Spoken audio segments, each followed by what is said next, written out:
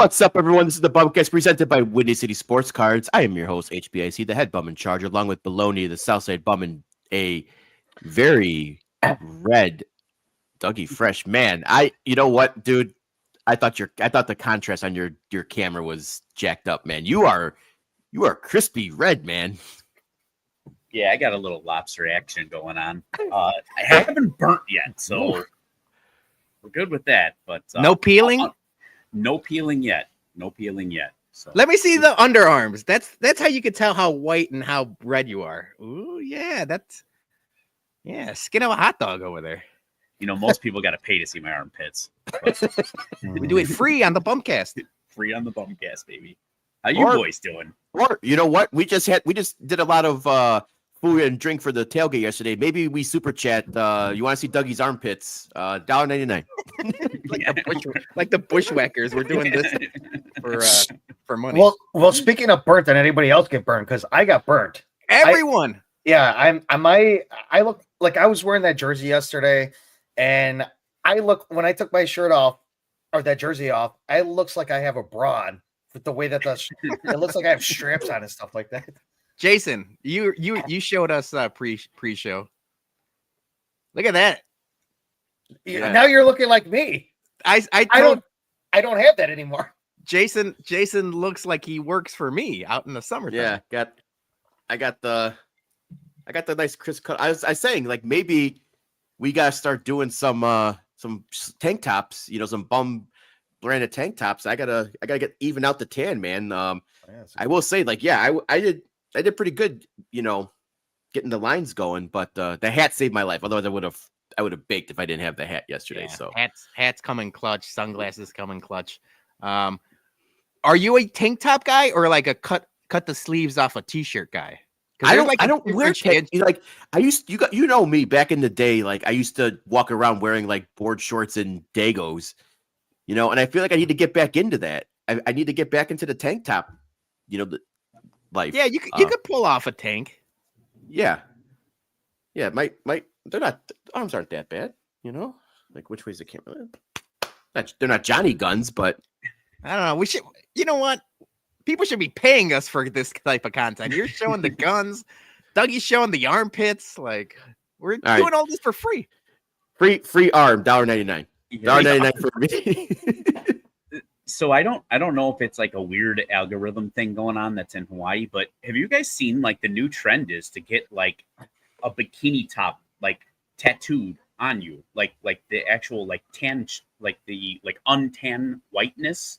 Have you guys seen this? No. What? Yes, it's a whole thing. Like seriously, like TikTokers and stuff like that. They're getting like what would look like a bikini top tan line tattooed on them.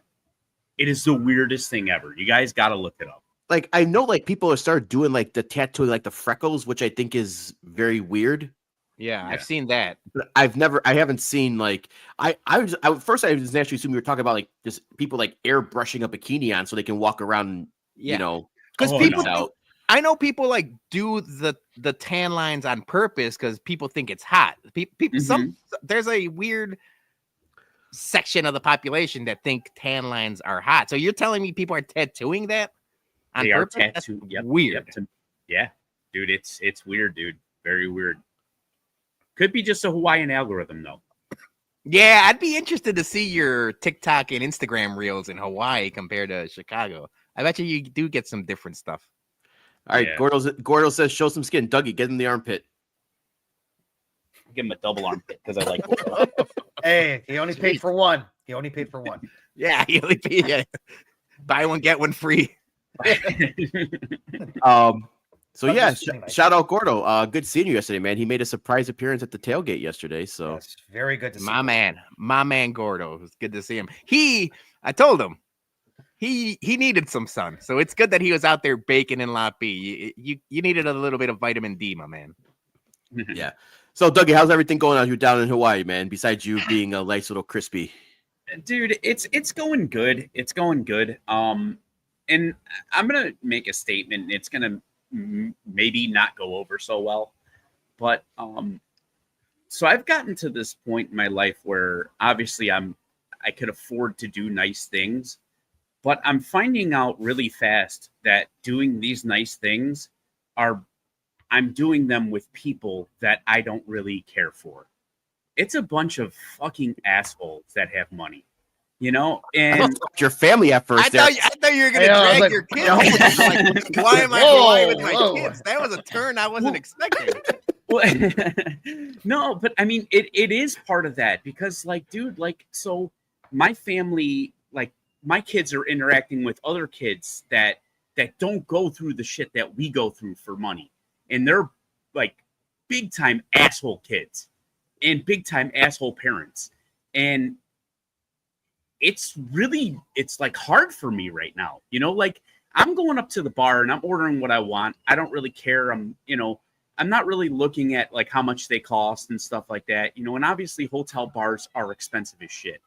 There are kids that are coming up there and they're ordering, like these frozen non-alcoholic daiquiris or whatever at like $17 a pop, and they're ordering them like 10 at a time. Jeez. And like that type of shit, like, man, like it's just the difference in cultures. You know what I'm saying? Like, am I an asshole? The entitlement culture you're talking about? Like, I don't know, man. You do kind of sound like an asshole. I do agree with you. Being around the upper elite, like you kind of feel kind of weird sometimes. Yeah. But you're sitting in a beautiful balcony in Hawaii acting like I'd rather be in Wisconsin Dells or something. Like, I want to fit in with my people. What are you talking about? Don't get that twisted. I don't want to be anywhere near Wisconsin Dells. I'm happy where I'm at. I'm just not happy with the people I'm surrounded with. Yeah, if that makes sense. I'm going to Hawaii for 2 weeks, but fuck that kids for ordering 10 daiquiris. Dude, yes, exactly. You know what I'm saying? Like, like I'm like, man, this kid is just like, I'm like ordering stuff, not giving a shit, but he's really ordering stuff, not giving a shit. You know, like at that point, like he's on vacation, you're on vacation. It's almost like when we yell at Jerry Reinsdorf to spend some money. It's not our money. It's not your money he's spending. Who cares? Well, yeah, it isn't, but that little asshole, man. Okay. I didn't get that shit when I was a kid, If I wanted that stuff, my parents would be like, yeah, we'll go back to the room. We got a blender, But yeah, no, I mean, besides that, I mean, dude, it's beautiful. It's chill. Every single day is the same temperature, which is kind of weird, You get like these random drizzles and stuff like that, but they're more refreshing than irritating. And honestly, I'll be quite honest with you. The amount of different beers that I've been going through, it's been awesome. I mean, like they have a ton of breweries, and I was like very undereducated on that. So I'm ripping through them. Everybody check out the shorts because there's a lot of good ones, man. The shorts on our YouTube channel, not Dougie's shorts, but you can also check out Dougie's actual shorts if you for $5.99. That's your jam. Yeah, $5.99. Wow, that's cheap. That's a good deal. Do like the rating system you came up with. The yes oos, no oos. Yeah, I like yes, oos, no oos, maybe oos. Yeah, that's good. Yeah. Johnny, how you feeling? You went gallivanting after the tailgate on Sunday, huh? I was all over Bridgeport, baby. I was all over, but I'm tired. I'm very tired, but it was fun. It was a good time. Obviously, after the game, we all went back into the lot. I had a couple drinks. Some people had some food afterwards, and then we all went to Corks for, I was there for a little bit, and then I decided I wanted to go hang out with Steph, Jose, and Taco. So we ended up going to Wings and Electric Funeral. Hell yeah! How was the funeral? It was good. It's always good. I love the place. Yeah. So I had a really good time with them. I thought I stayed out a lot longer than I did, but actually I was in bed by 9:30. So I actually was. That's a 1 o'clock game. Yeah. So and on a Sunday too, like, I was just exhausted, but it was definitely worth it. Cause like I said, we all had a good time. So it was fun. Nice. So Peter, you said that, you got a nice little drink there, and we're gonna whore you out too. Because if I'm showing skin, Dougie's showing skin. Yeah, let's do it. $4.99. Peter's going to do a live review of the Corona Sunbrew. Sun Brew. It's a citrus cerveza. So a couple people brought these to the tailgate, and there was a couple leftovers. I took them home, and I was on the Modelo and other half, the rice lager. That was I've said the rice lager is my beer of the summer. So I didn't really partake in these, but I'm a big don't fruit the beer guy. So I have a feeling I'm not gonna like this. But we don't do I haven't been doing the Boozing with Baloney YouTube segments where I did all the Umex and different things like that. And I thought maybe I'll do that for a Boozing with Baloney, but no, it doesn't deserve its own standalone episode. I'll do a flash review here for you guys. So yeah, let's do that. $4.99. First one to get it gets a flash review from Baloney. All right. And why? One thing I want to show you guys, I came across this weekend, and I saw this on Facebook. I actually saw this in the news as well. This is kind of funny. TSA had to put out a PSA. We love hot dogs and rotisserie chickens as much as the next person, but please stop telling people their Costco card counts as a real ID because it absolutely does not. The entitlement of people with Costco cards thinking that they can go through security because it has their face on the back of it. That's kind of funny. Peter, you used to do TSA. I did. I was a TSA agent at one point in my life at Midway Airport. I was a part of all of that. The scanning, the checking, the bags, the bombs, all of that. I probably wouldn't let people through with a Costco ID because I'm not a Costco guy. There's nothing close to me. I'm a Sam's Club member. But I probably would let people in with like a lifetime membership, lifetime fitness or Blockbuster card. I'd probably let them in with whatever. Yeah. There's a reason why I'm not a TSA agent anymore. Yeah. I didn't care. That's good. That's good. Yeah. Yeah. Doug, you travel a lot, man.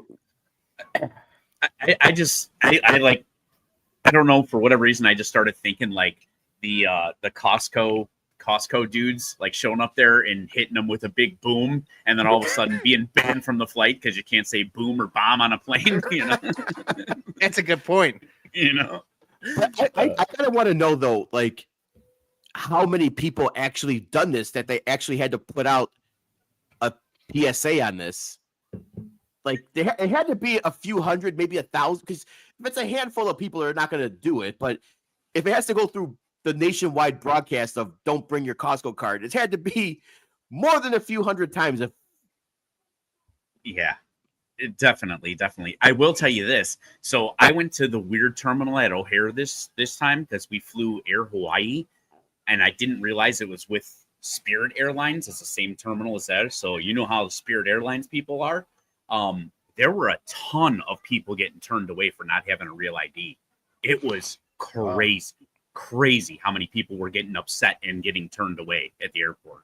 Hold on a second. Early bum of the week. We're 14 minutes in. Dougie was just complaining about he doesn't fit in with the high elite rich people in Hawaii. And then he's thumbing his nose at Spirit Airlines saying like, you know, those people, you know, those freaks flying Spirit. Like, look at you. That's Spider-Man pointing mean, man. All right, fair. But I mean, you know, I don't know. Spirit Airlines that's rough. But yeah, you're right. All right. Gordo hit us with the $4.99. Peter, review tab. You did a whiff of it. I whiffed it. It smells like feet, dude. It smells like burnt rubber or something. It says citrus and lime. And I mean, Coronas are notoriously skunky to begin with, right? Mm-hmm. Like they're a skunky beer. But this smells extra skunky.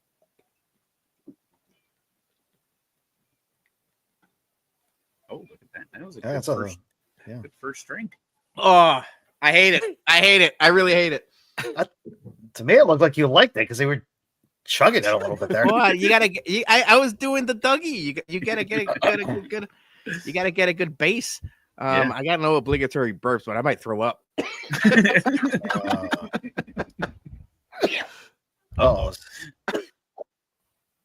It's bad. I don't know how people drink like more than one. Is it thick? Is it hot summer? It's just sugary. It's just sour. It's just like sour and skunky. Now, do you think maybe being in the sun had anything to do with it? Because that was sitting in the tub for a while. No, they were ice cold. Were they? I mean, early shout out to Ramova, other half. They hook us up with ice. All of my coolers were chock full of ice. We do the post party tailgate. They were still cold. So these were cold the whole time. It wasn't because of the sun. It's just because they're ass. They're no ooze. It was brutal, man. I'm not gonna finish that, by the way. Gordo, thank you for your money, but I said I will review it. I'm not gonna finish it. How much money to finish it? No. I honestly, I think I will throw up.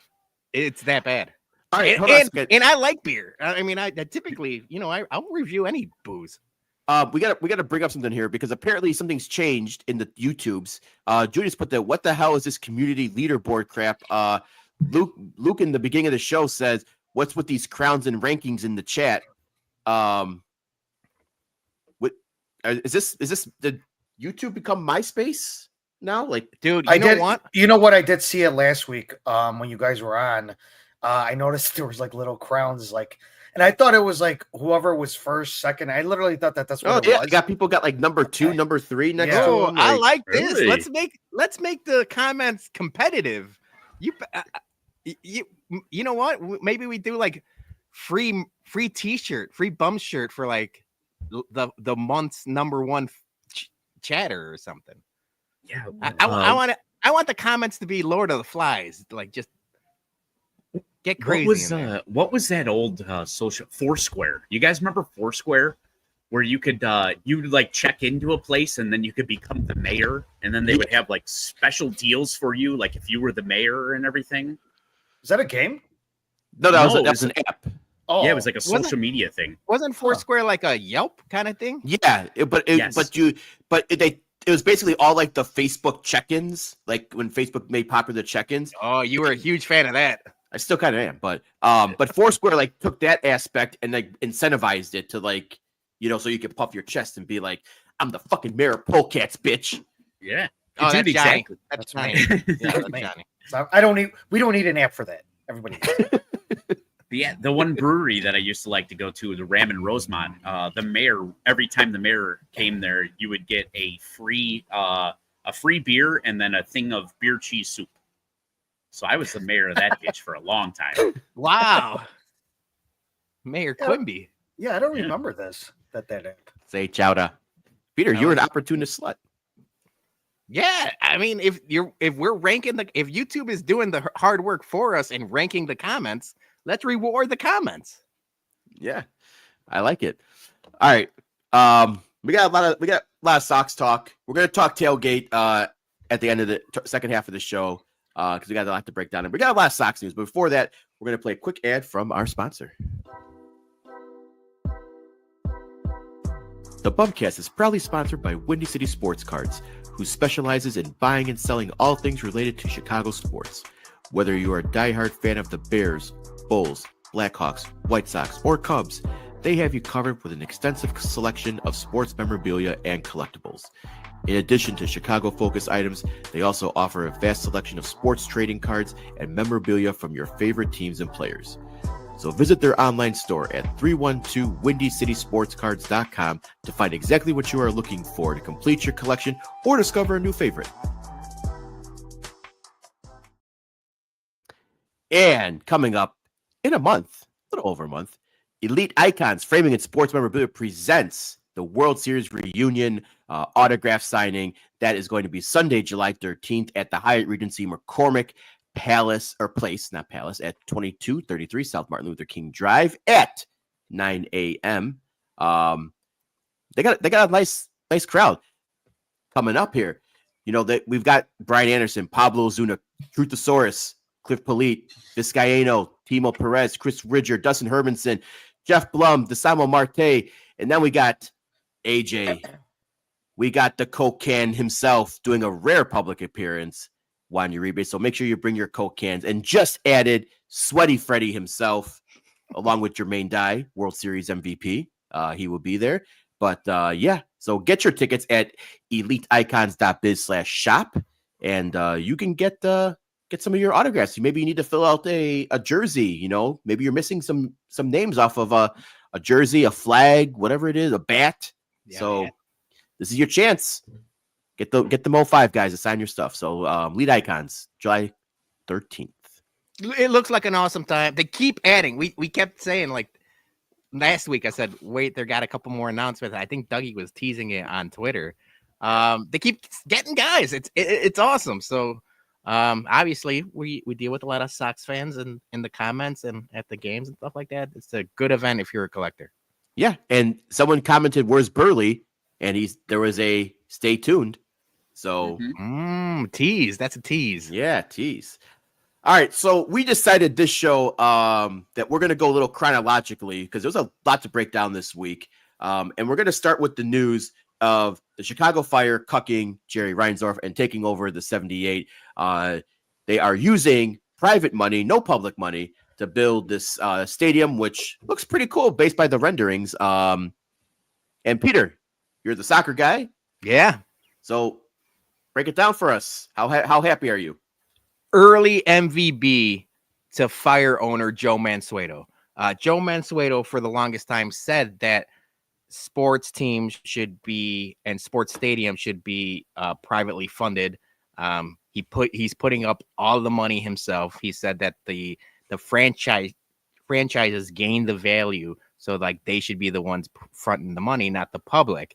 And that is a big middle finger to Jerry Reinsdorf and the McCaskies, who are begging and trying to do everything they can within the, like the state and local governments to try to get them a sweet deal, which I don't think is happening, especially when Joe Mansueto is putting up that money.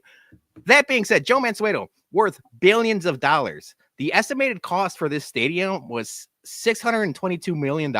Blew my mind. I thought that's a good deal. I'm like, build two of them. Yeah.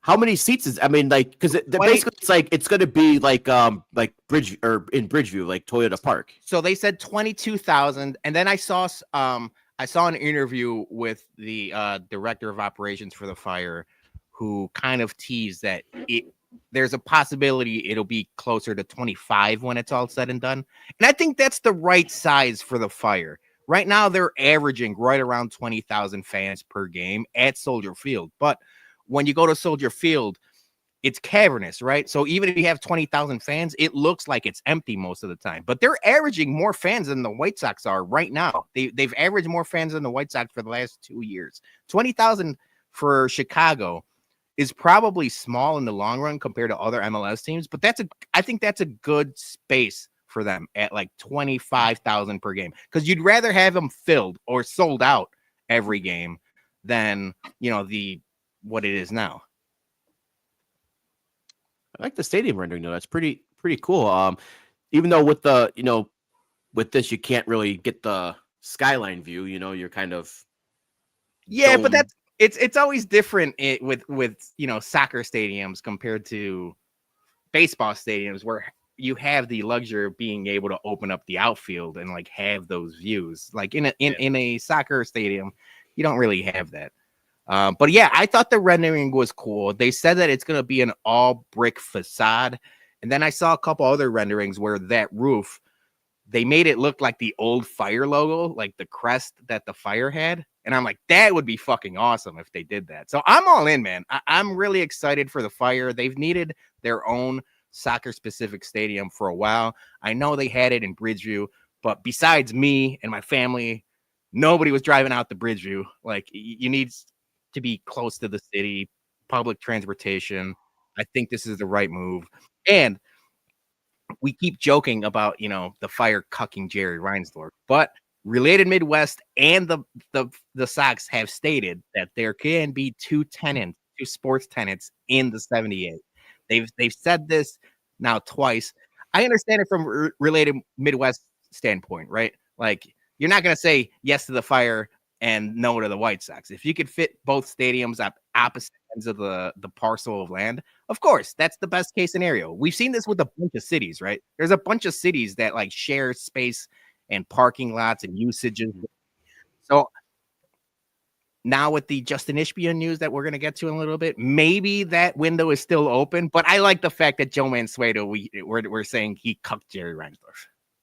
I think you know conditions. what I think that would be logistically if they would do something like that, have both the Chicago Fire and a new White Sox park there. Logistically, that would be a nightmare.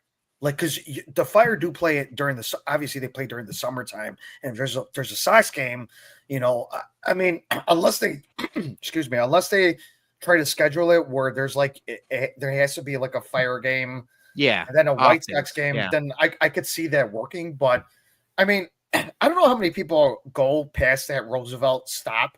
I mean, there's a lot of stuff that they have to fix first, I think, with that area. But it could be like a lot. I know people use it for Bears games, so that's going to be a bigger amount than what the Fire is going to have capacity wise. But I'm just more interested to see about the logistics part of it because you do have the red line right there. So and the red green line, you have all those particular lines. How busy will it be? Like I just don't think that adding that stuff in there, adding a second stadium in there would be a good idea. We'll get into that later, but I do like the Fire Stadium. I like it a hell of a lot better than the one for Bridgeview. That stadium looks like a soccer stadium. The Bridgeview one did not look like us. It looked too generic for me. I don't know what it was about that particular stadium, but this one looks a lot better. And it kind of reminds me of the a little bit of the Red Bull Stadium that they had in Newark, New Jersey. Yeah. So I do like the way that they had the whole thing set up, and it's good. It's good for Fire fans. Obviously Peter's a huge Fire fan. I'm not really too big of a Fire fan just because they don't pique my interest. They don't like buy players that they should like top players. I just feel like Chicago's always, I'll talk about getting cucked. The Fire get cucked when it comes to designated players. But yeah, I think this is a good thing for a lot of Chicago fans, Fire fans. I know that they're very excited about it. So and it should be open up in like 3 years. That's what it says. 2028. Spring of 2028. So the start of the season for 2028. So that between the cost and the timeline, I like it. But the timeline is sped up because it's your own money, right? You don't have to wait for funding and TIF and everything else. It's like you could speed it up when you're doing it yourself, basically. Jerry's like, yeah, I'll wait. Well, no, at this point, Jerry's waiting for Justin. It's Justin. Yeah, Justin. At this point, we're out with Jerry. It's Justin going to be doing this shit. I think one of the funniest things that the Fire should do is like in the top corner of the stadium, they should just put a cup chair. It just put like a Jerry Reinsdorf plaque on there. There's like a random just keep it empty. A random Hilton hotel chair that is like just have an empty Hilton hotel chair. They have Jerry Reinsdorf's name on there, top corner of the stadium, and that can be his forever cuck chair. Now, before we get to the next subject, because we are talking about like cucking and stuff like that, I saw it on the internet. The Fire did a really good job with the announcements and the rollout of the announcements. They did the press release in the morning, and then they had details and renderings. And then at the end of the day, they had the "We Called Dibs" with Sparky the Fire Dog sitting in the 78 with like a chair and a newspaper or whatever. And people actually got mad. I saw people got mad that they're taking pot shots at the White Sox. Like how big? I mean, we're diehard White Sox fans, but how big of a, I don't know if it's ego. Do you have to get mad at the Fire for taking a dig at the White Sox? I thought that was a playful, but also a rightful dig. Yeah, Jerry could have had this started 3 years ago if he really wanted to, if you just spend some money. But now he's got to bring in Justin Ishbia, which we're going to talk about next. He's got to use him to get his money, his billions, to build a stadium. And to be honest, I kind of hope like Jerry would or Justin would be like, yeah, no, we're just going to stay in, guaranteed rate. But I get why they would want to build their own stadium. They have them build the stadium.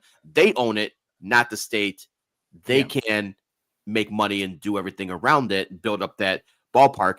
I don't want them going to Soldier Field, and I've seen the talks like that. Like I don't want that.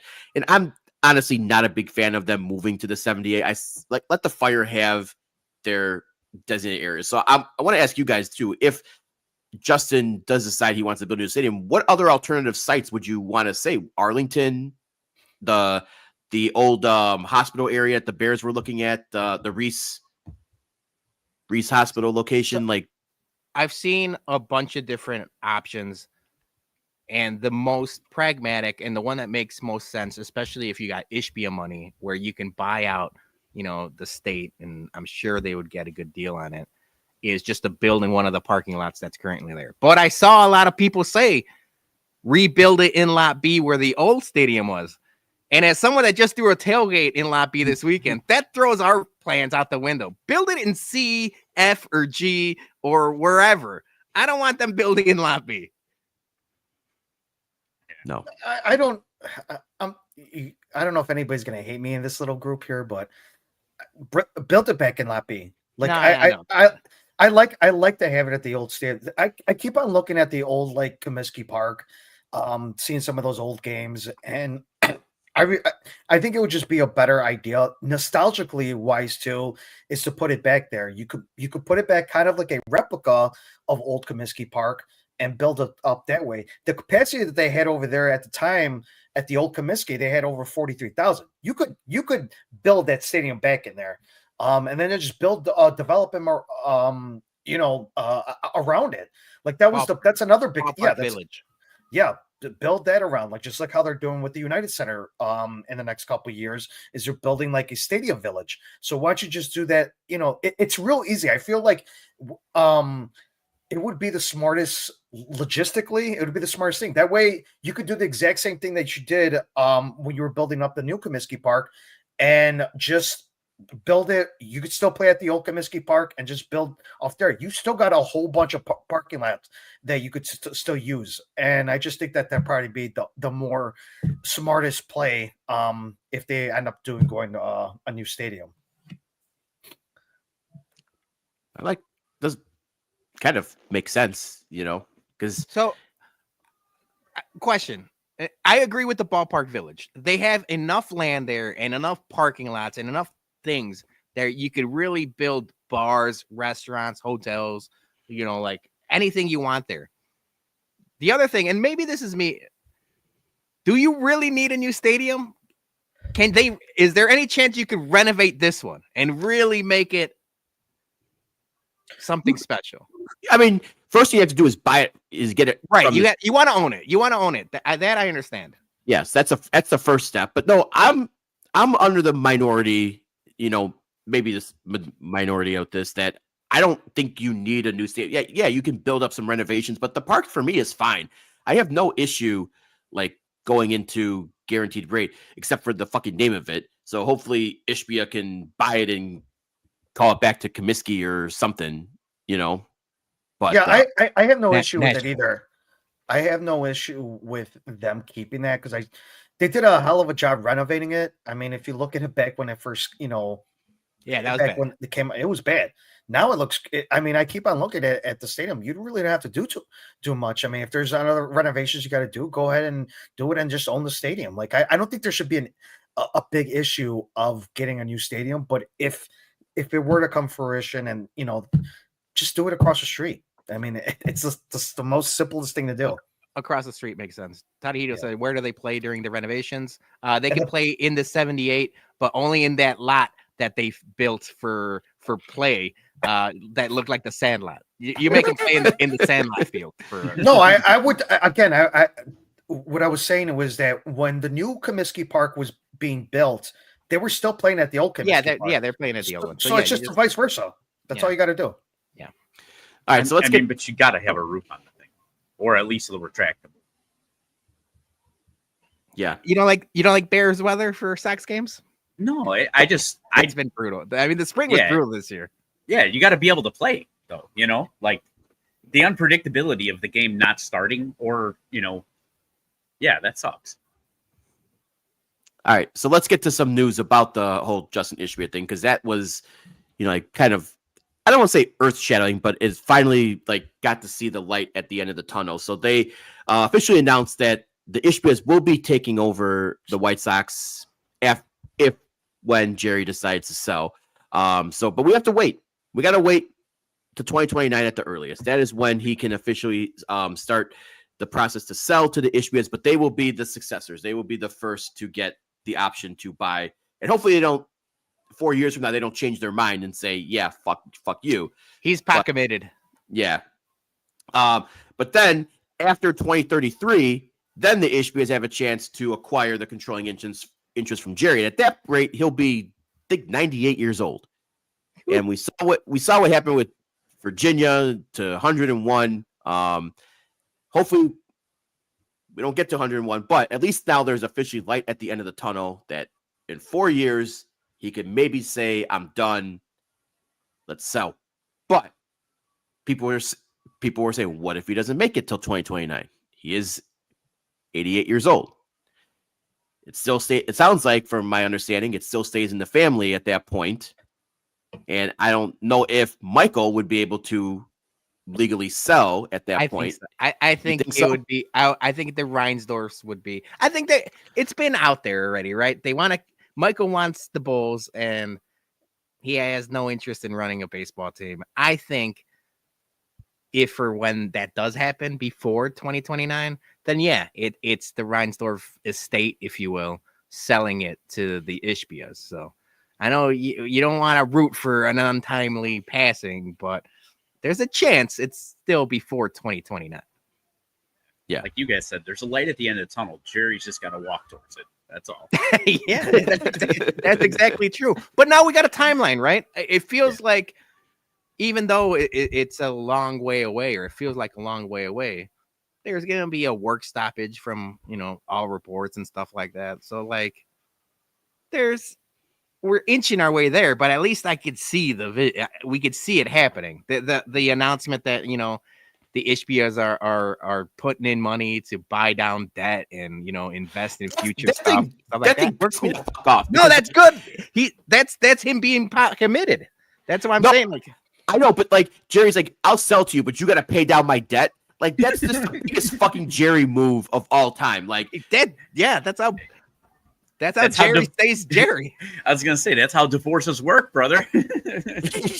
My God, like if I'm in, like contributing operating costs now, so you can have more money, you would think you'd be like, yeah, I'll pay off my debts, but no, he wants him to pay off his debts. I think that's just the biggest fucking, also 90's the new 60 if you're a billionaire. So I think one of the things that was kind of, I don't want to say nail in the coffin work here, but I feel like when Jerry was trying everything he could, I know there was other factors, but I think the biggest one was getting this whole new stadium deal done and having the taxpayers try to pay for it. He was trying to do the exact same thing that he did back in 88 or 89 when they got that new stadium was, hey, I'm going to, move to Florida. I'm going to go talk to the Nashville mayor or talk to Dave Stewart, a group of owners or whatever. This was all part of his plan, and it failed. Every single one of those failed.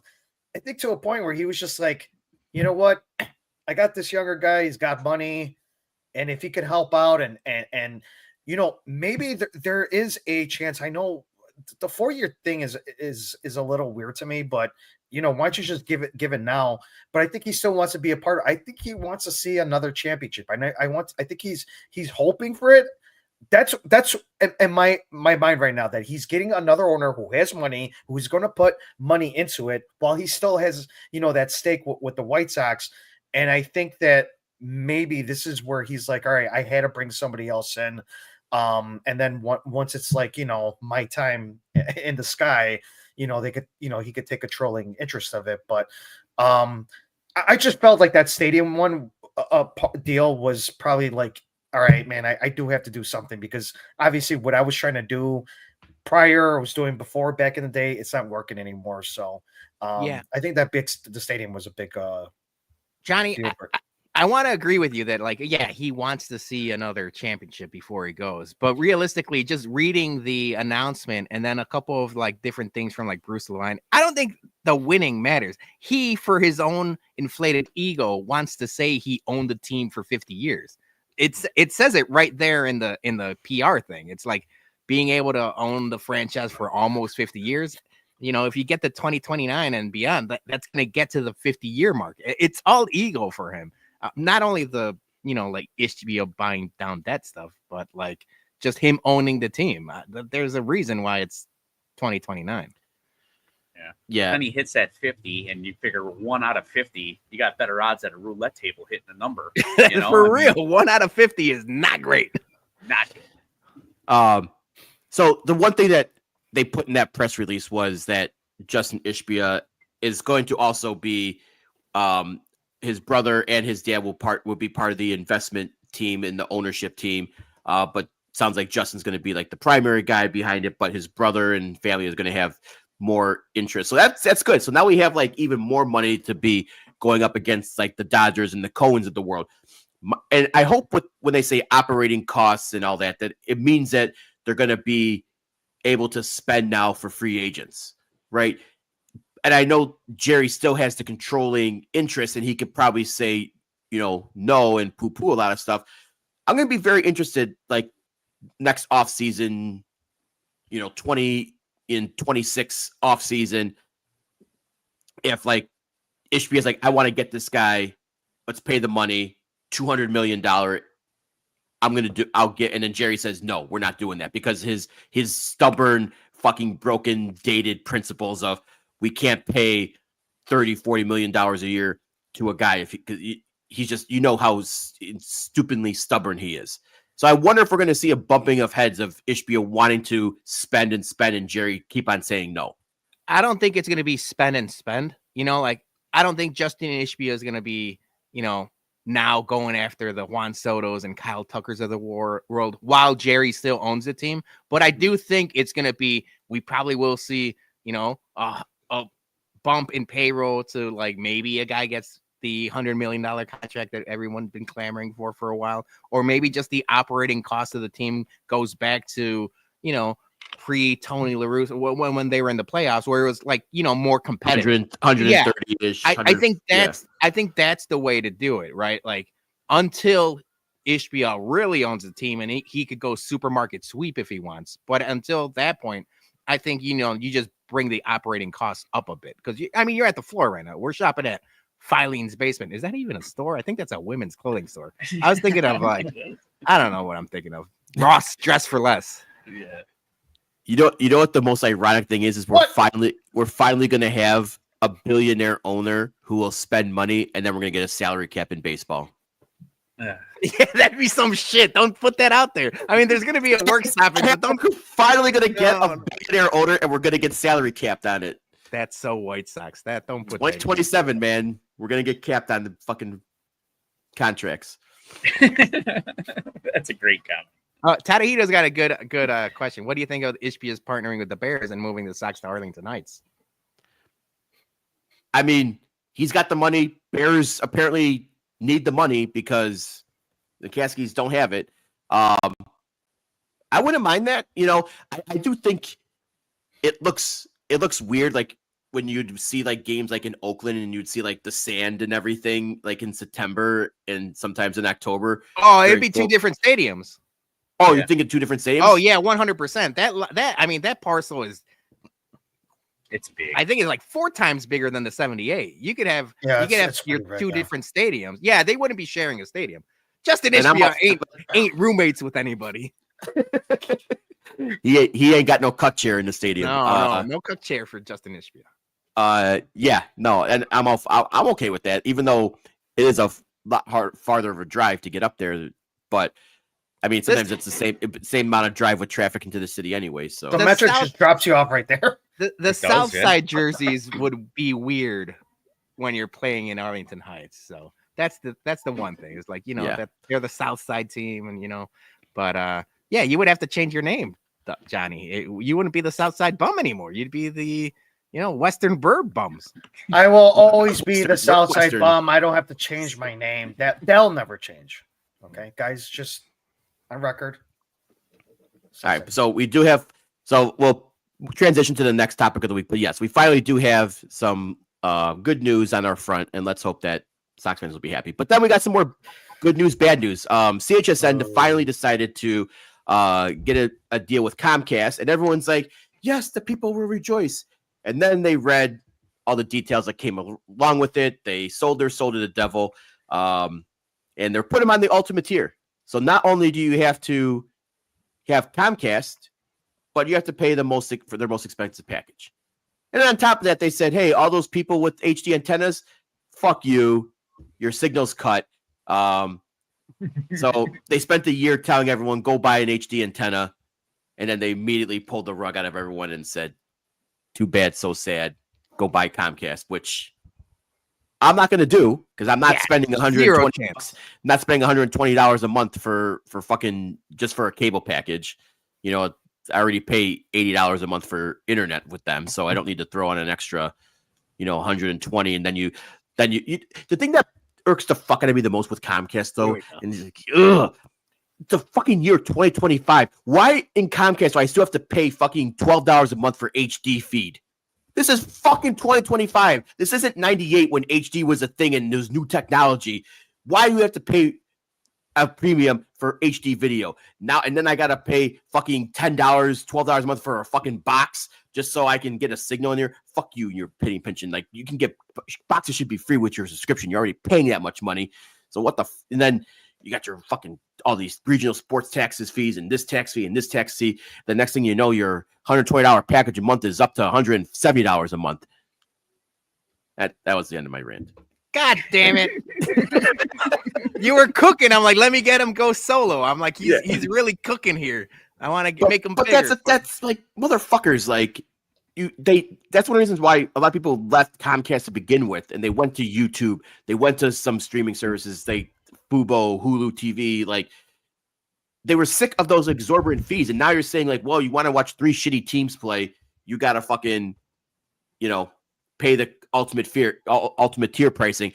And I'm just also wondering, like, did Danny Wirtz have any say in this? Like, did he fucking push back, or is he just roll over and let Jerry do what the fucking he wants with that? Because I feel like the Blackhawks are just as implicit in this as the fucking Jerry is for making this deal happen and charging the fans the most money for this. That's a great point. It sounds like Danny Wirtz has been pissed off about this whole thing from the beginning. There was reports when the Blackhawks season started and like people couldn't watch the games that he's been fully. But Danny Wirtz has no one to blame but himself, because just like Justin Ishbia, and we talk about like Jerry being Jerry, this is what you get when you start making deals with the devil in Jerry Reinsdorf. This was bad from Jump Street. We all knew it was going to be bad. We knew the rollout was going to be bad. We were dumb enough to go buy the antenna. I'm up to my ass in antennas over here. I went to Menards. I've got so many antennas. We should do like a fucking demolition derby and fucking the demolition. Everyone bring your fucking antennas to the rate and fucking throw them in the field, because I've got enough to go around, baby. Are we doing a Steve Dahl type of thing? And antenna demolition derby. Bring your fucking antennas and throw them at Jerry. It's not a bad idea. Print the shit. Yeah. Yeah. There is other ways you could watch games, but that's neither here nor there. But I will, for one, not be watching or paying for Comcast to go back to Comcast. I'm sticking with YouTube. As much as I hate that YouTube has been inflating their prices, it seems like every year they're going up and they're not even adding anything for it. They're not adding any sports. They're just keep on taking away and saying like, we're giving you less for more. Fuck you. So YouTube is like slowly getting into that Comcast territory. I would say this would be a good PR move for Comcast to be like slashing prices, or 2 years, 2-year contract, $50 a month or something, or right. Just like undercut the shit out of YouTube for like a 2-year deal or something like that. And then maybe YouTube would be forced to lower prices again. But Comcast can do something really fucking cool right now, but they won't, because they're fucking Comcast, and they're one of the greediest motherfucking corporations on the planet.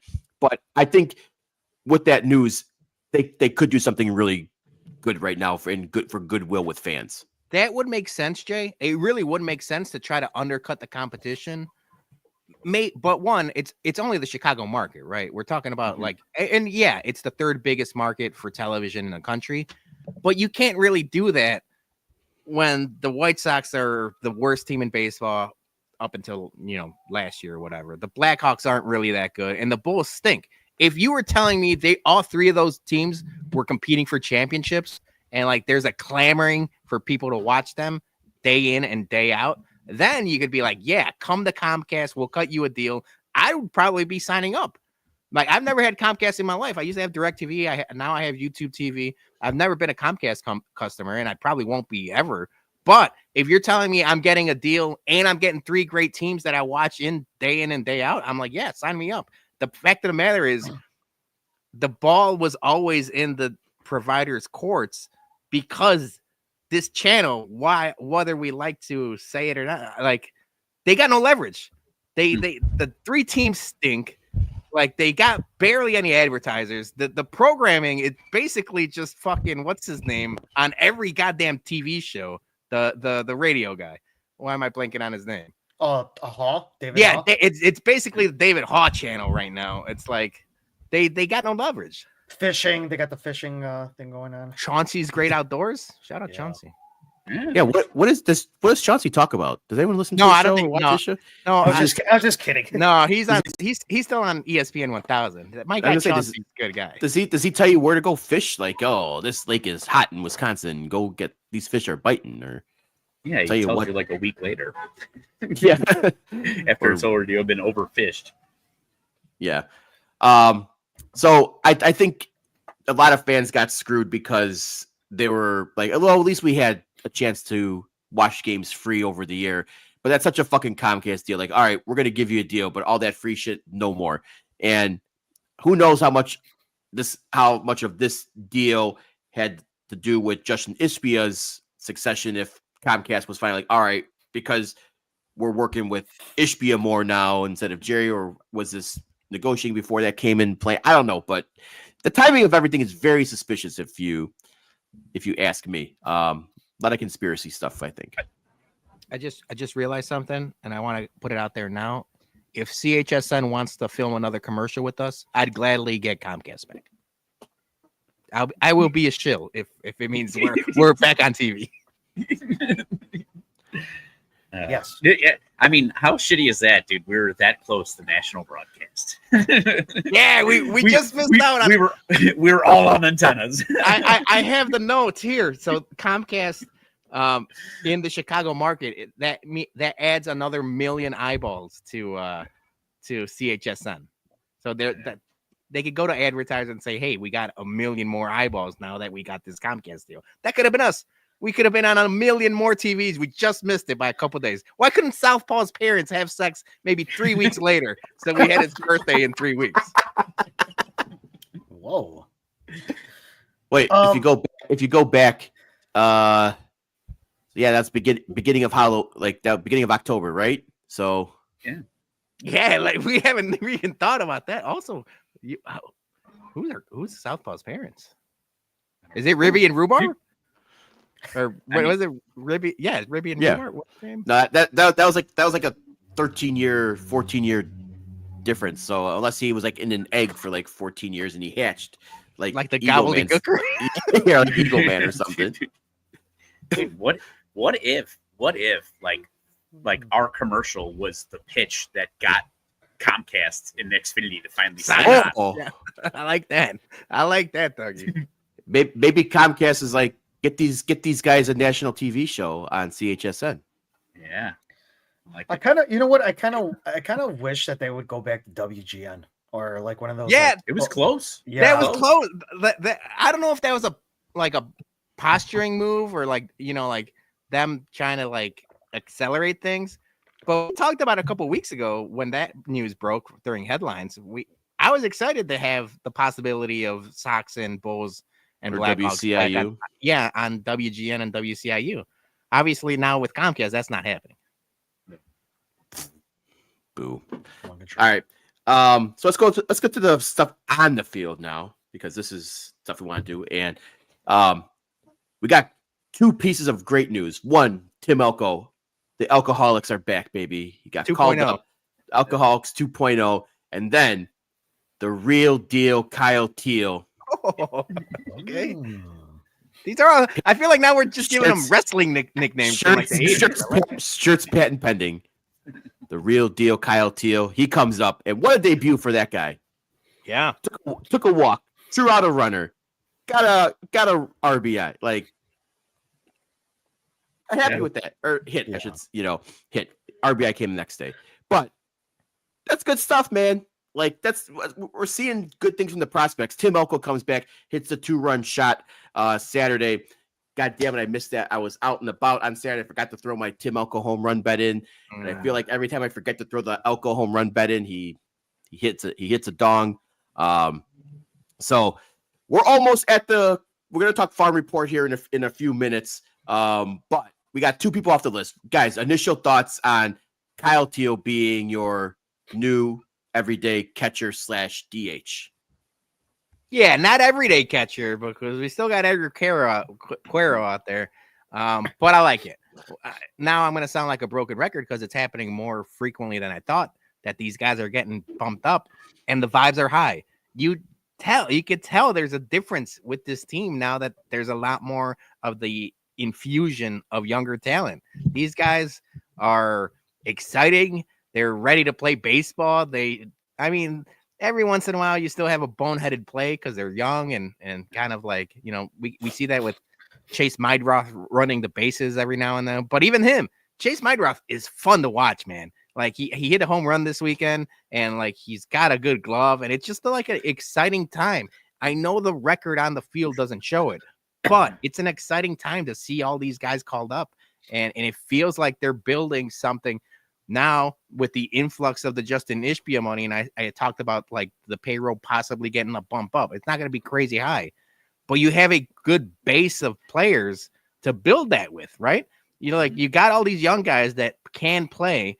Now you bring in a veteran or two or some, I don't want to say like now we're going back to like the Blackhawks and when they got the Marian Hossa signing to kind of like tie it all together, but you bring in a couple of veteran presence guys that maybe are looking for one last deal or something like that, and you build around that with the young guys. So I'm excited. Or you just keep bringing up young guys because there's still a couple more we're going to bring up that we're going to talk about, and it just keeps getting better, I feel like.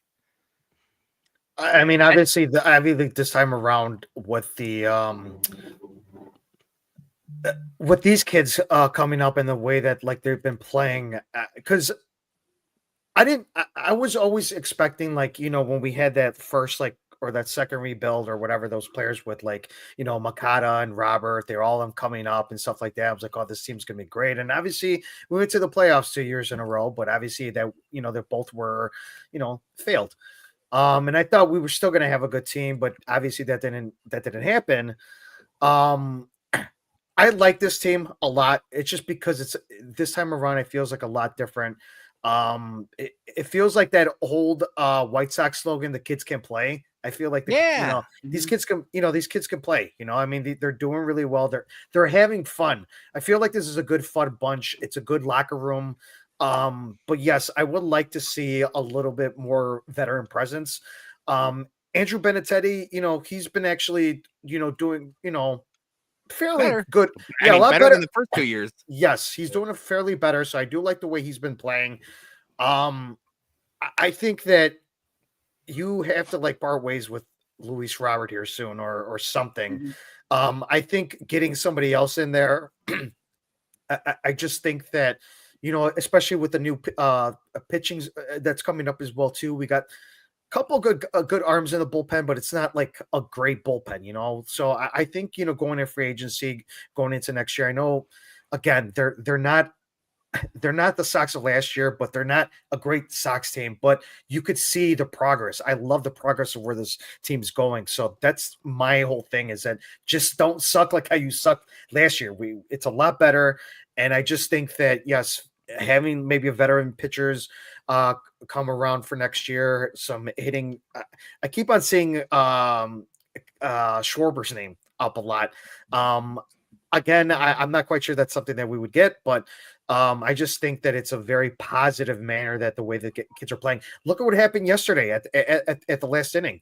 They were coming back. I did not see a lot of fun. I did not see a lot of fight from them last year. This is a whole different team. Whether you see them as a 20-plus team right now, win team, I just think that the vibes are definitely very high. And obviously, you saw that I know it was Mexican Heritage Night on Friday, but man, what a crowd on Friday as well too. You could also, that was a good win on their part, and the players are saying that as well too. Like, we feed off the crowd. Like, I mean, let's start investing more. I mean, hopefully this whole Ishbia thing, we'll get more money and we'll invest in some of these players. But I like the way it's going. I really do. I really like Chase Mydrith. I'm finally glad that somebody listened to me and he's leading off. But he's doing really well, and I like the way where this is going.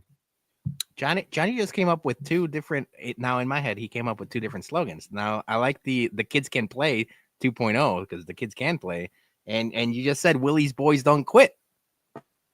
I didn't say Willie's boys don't quit. But that's the vibe. The Ricky's boys don't quit. Now Willie's boys don't quit. Yeah, that's true. I think the reason why the fields are different on this is because there are no expectations this time. Yeah, guys are getting called up or whatever. We're not supposed to be good. When guys were getting called up during this rebuild and everything like that, the Luis Roberts, the Moncadas, we were supposed to be good. These guys, there is no expectations right now, and there's no expectations for this foreseeable future with this team. Whereas I think that they will start spending a little bit more money, but I agree with Baloney a lot. I believe that it's going to be a lot of guys that are on their last contract or last run and everything like that. And whereas it might be a guy, it's basically going to be like Jerry Reinsdorf's model. We finally got our guy. Because we're going to get a lot of those guys, and hopefully they do some stuff just to be a positive influence in the dugout. So I want to ask you guys this question, because we got swept by Baltimore, right? And that sucked. We thought that should have went better, but we split with Detroit, best team in baseball, very good result. Took 2 out of 3 from Kansas City, great result. Now, we talked a lot about the previous rebuild, and I want to know, is it time that we owe Chris Getz an apology with this? Because he seemed to have identified some guys, right? We talk how good Shane Smith is doing. He snatched up Adrian Hauser from the Rangers, and he's, lights out so far in his handful of starts. And when we all kind of said, when he got promoted as GM, this guy, he fucking sucked as as director for player development. They didn't develop, and they did Nepo hire. He didn't look at the guys that were supposed to be can't miss prospects, and he didn't develop them. The Sox haven't been able to develop anyone, and ever, and they're only doing good with pitchers and never position players. Was just Rick Hahn and Kenny Williams just that fucking bad at their jobs that Chris Getz couldn't do what he did in his role, that he wasn't able to develop guys? Is that time that we maybe have to start that conversation, that maybe it wasn't Getz, maybe it was just Rick Hahn and Kenny Williams' eye for talent was so fucking bad that they were lost causes from the beginning? Because some of these guys that they're getting called up and they're producing. Teal's producing. Elko, yes, the average isn't there, but he's getting home runs. Chase, awesome. Shane Smith, Adrian Hauser, Mike Vasso. Now he's potentially going into starting roles. Obviously, there's some issues with the bullpen, which we can talk about, but position player wise, it's not horrible what I'm seeing, and I'm just kind of wondering now, how much of that was just back in 6-7 years ago? How much of that was just Rick Hahn being a fucking complete moron at his job? I won't give him credit for developing players yet, because like Sam's mentioning, most of these guys were developed by other organizations. The guys getting called up were they're part of the Red Sox, part of different places. The scouting and the trading, yes, maybe there's a difference there. So, but where I will give him credit for is going out and getting the best candidate available in Will Venable and bringing in Josh Barfield and bringing in all these guys that seem to be making a difference. You know, like you do the Colson Montgomery 2 weeks off and kind of redevelop him. And that seemed to have worked until he got hit but he's still hitting, you know, like maybe they are in the beginning stages of turning the organizational culture around. And you could talk about culture all you want, but yeah, it seems like it's working. I don't want to give Chris Getz too much credit this instant, but yeah, like when we shit on him, we shit on him. Now when he's due for some roses, we got to give it to him, right? Yeah. My whole view of the whole thing is Kenny and obviously Rick were just terrible, but also we're coming off of, and I think we're kind of desensitized in a way because we're coming off of a time where every single player was a bust.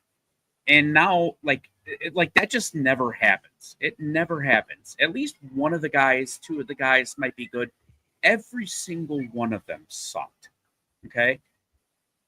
Now we're getting to a point where I think it's just that natural, like you're going to hit on certain stuff, and we're hitting on a few of them. And I think that we're just so used to being beat down by prospects coming up, not living up to the hype that anytime that they do a little something good, like we're going way too high on the other aspect of it. Like we're too excited. And that's fine. We can be too excited because we've been going through shit. So that's awesome. But I just don't, right now, I can't give it all to Getz. I can't say, hey, like, let's extend him. Let's keep Getz rolling. He is making some good decisions, like you said, with the coaching and stuff like that and putting right people in place. I just don't know if he's proven that he can do it on his own yet. It will be interesting to see, like, the draft from last year. The draft from last year and the draft this year is going to be telling, right? Yep. We talk about Ryan Poles being judged and football GMs being judged by the draft classes 3-4 years down the road. I think the same could be said with Chris Getz. Sure. Absolutely. Yep. All right. So, like I said, we took very positive vibes. Almost swept the Royals, which would have been nice. We were bases loaded. This week on the schedule, we're on the road at Houston, at Texas. What do you guys think? Because Houston doesn't scare me as much as they used to, and even at this point in the season, they don't. And Texas, same thing. Like I think obviously being on the road is a detriment, but Texas, they're under 500 at the moment. Obviously, the Astros are on top of the division, but they're not like, barn beaters at the moment. So, what do you guys think? Are we gonna have a good road trip? Vibes still gonna be high going on the road? I don't care. I'm not saying like no. I'm not saying it like all this positive stuff. No. He's like, I don't give a shit. No, because I'm not judging this season by wins and losses. Yes, I agree with you, Jay. Like the low was Baltimore, where that Baltimore team was reeling, and the White Sox had 3 really good starting pitching days, and they just couldn't score any runs. Right? I had the stat that like that Baltimore series, it was 9 earned runs total over the 3 days, and they couldn't get 1 win out of that. This last week or two seemed better. But it's just the eyeball test. That's where I'm going by. I'm not going by wins and losses. I want to see Chase Mideroff do something one day and Kyle Teel do something the next day. And Tim Elko hit a home run every 4th, start or something. That's what I'm judging the season by. Like, if you told me they got swept by the Astros, but one game was 9-8 and like another one was 1-0 with a good pitching matchup by something, I'm in, because those are watchable games that I really like. I agree with that. Yeah, definitely watchable games like this time around. It's good to see. the product on the field this season compared to last year is much more palatable, right? Like, I'm not turning games off, pissed off. I'm not like ignoring games because I know they're gonna lose even before the game starts. Like we're watching and that's baby steps, but that's good. Yeah. I mean, the one thing that has upset me, and I know this upsets Jason as well. We aren't able to really do our 8th inning. The White Sox are up by 3 bet anymore. Take the other team on the money line. Oh, you sons of bitches. Me and Jason were cleaning up on that all last year, and so Sox are up by 5. Yep. Taking the plus 500 money line. Yeah. You know what I'd be interested in now too? Now that they got the young guys up, I haven't really been paying attention, but we should start paying attention because I know Jason, you were a big fan of the White Sox no runs in the first inning. I got to see how different it is. I can't bet against the Sox this year, man. Chase keeps getting on base, and I can't bet that. That's the litmus test. Are you the White Sox fan betting against the White Sox? I see a lot less of that. No, I know that they're I mean, maybe like if they're playing like the Dodgers or the Yankees or something, like I'll throw like that money line on them. But now a lot of these games, like I see, like they're in it. Like they're not like they're still underdogs, but I can see them like they can win this game. Some of these are very winnable games still. So, I can't bet against the Sox anymore. Yeah. Rough scenes. All right, so. Speaking of the prospects, it's time to get to our farm report. I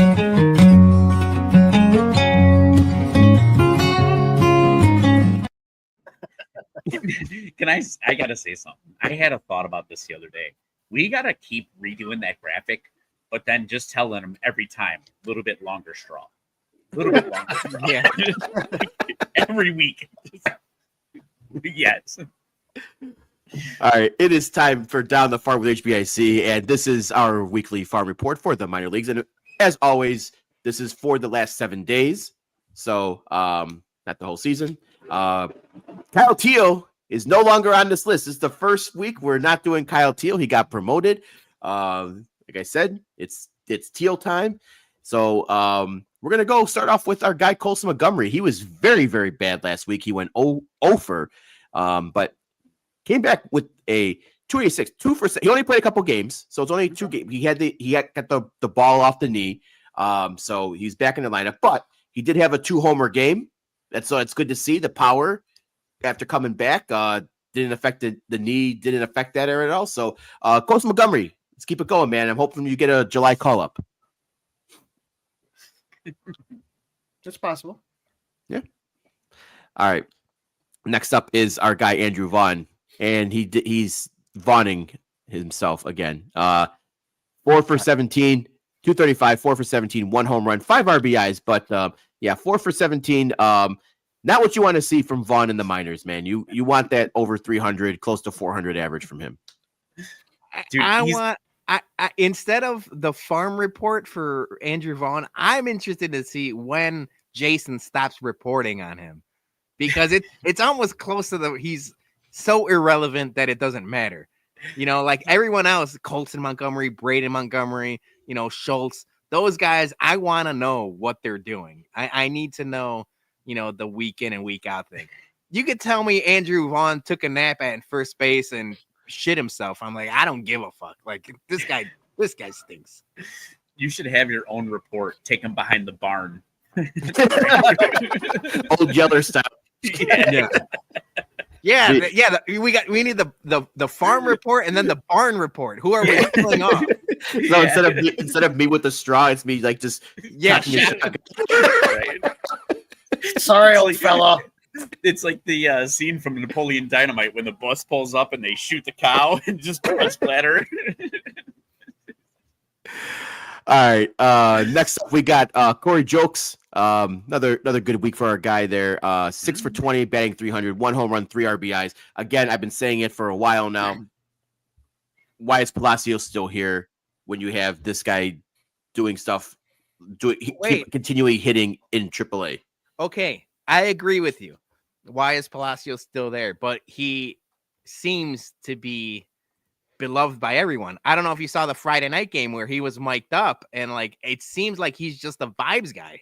It feels like he's a glue guy.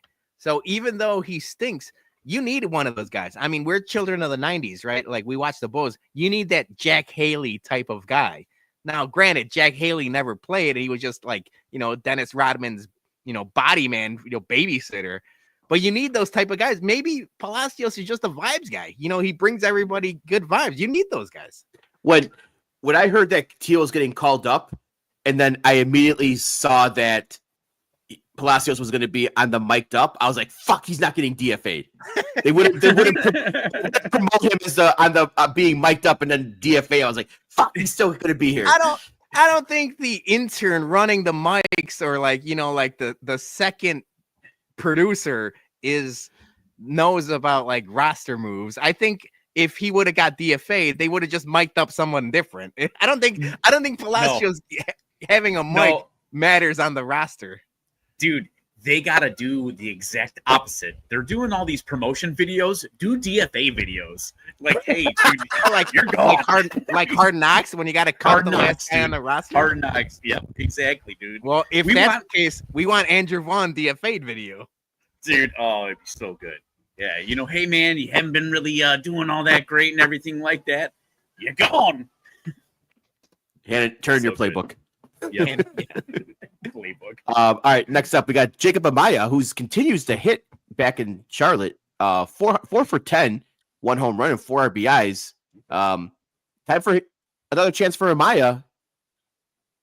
No, yes, 4A guy.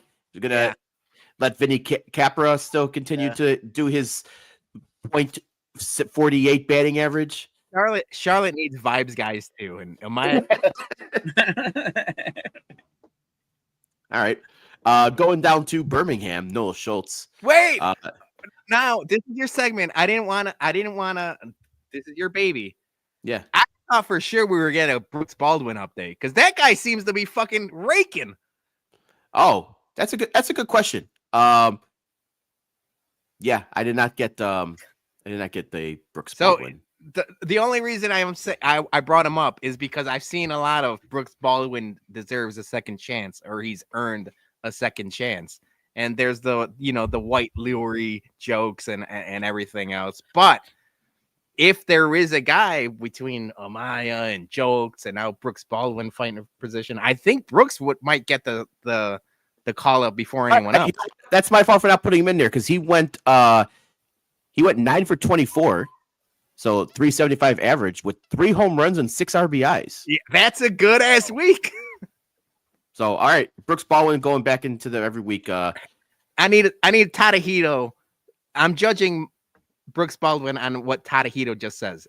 Is he hashtag promoting the Brooks Baldwin 2.0? Now we got Tim Elko 2.0. Maybe we get Brooks Baldwin 2.0. Yeah, no, he's doing good since he got in it with the second chance. All right, now we're going down to Birmingham. Noah Schultz with the start this. Go ahead, Dougie. I was just gonna say we got a good slogan. Give Baldwin another shot, because gun thing. No. Oh, you said that flew over my head, but Jesus.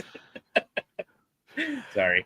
All right, finally down to Birmingham. Noah Schultz with the start this week. 5 innings pitched, 6 hits, 2 earned runs, 4 Ks. So another good 5 inning. We said we want those 5-6 inning starts. So keep it going, Noah.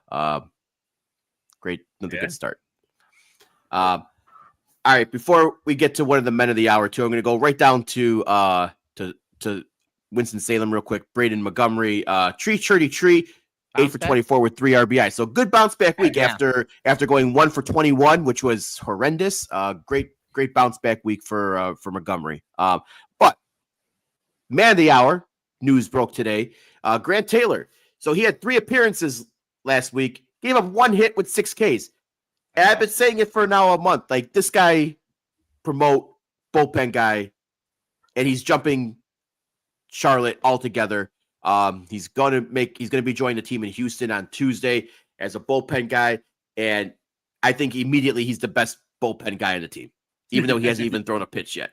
I mean, the bullpen's bad. I saw a tweet out there. I forgot who tweeted it, but it was basically the ranking of the White Sox bullpen, and in every statistical category, it's like 23rd, 25th, 27th. It's like, you know, they're all bad, man. You got like 2-3 guys you trust. Grant Taylor could be one of those guys. We complain about spending, and on a bad team, you don't want to spend on bullpen, but maybe you spend a little bit on bullpen maybe next year. But for now, yeah, bring these guys up. Grant Taylor, put him in high leverage situations just to see what he is. You know, I mean, maybe not to start off with, but you know, you build that up. Maybe he could be your 8th inning guy, 9th inning guy by the end of the year. Yeah. Dude, that's the great thing about these young kids or whatever. Sometimes they're so like when you throw them in situations, they don't even realize like how high leverage it is. You know what I'm saying? They just get caught up in the moment of being up there. They already got the nerves. Just throw them in there, see what happens, and let's go. That's right. Yeah, young, dumb, and full of confidence. Let them swim. Yep. Yeah. So obviously, right now he, you know, in his bullpen appearance, so he had 15 appearances. So he had 6 starts. So he did, what's the math on that? 8, 9. So 9 bullpens, but he 1.35 ERA with a 37 to 11 K to walk ratio. I mean, that's fucking, the guy's not walking people, which is good. He's just striking them out. He's not giving up a lot. So I think he's going to be a great bullpen guy for now. I'm curious to see if they are eventually next season going to start stretching him back to a starter, because that's what he was starting in Birmingham.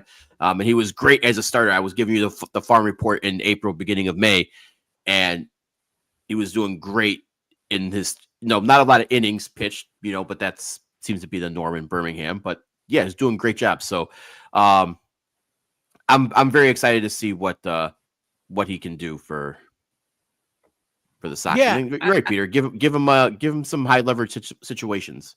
Yeah, by the end of the year. And to tell you the truth, like you mentioned, if you want him to be a starter, I mean, the White Sox have a history of doing this, right? Like Chris Sale and Kopech and everyone else, like Crochet. Crochet. Like, yeah, you put him in the bullpen, get him stretched out and developed, and give him a taste of the major leagues, and then maybe start spring as a starter, or just keep him in the bullpen for another year, and then when you're really good, then you bring him on as a Garrett Crochet type starter. Yeah. All right. So that is all I got for the farm report.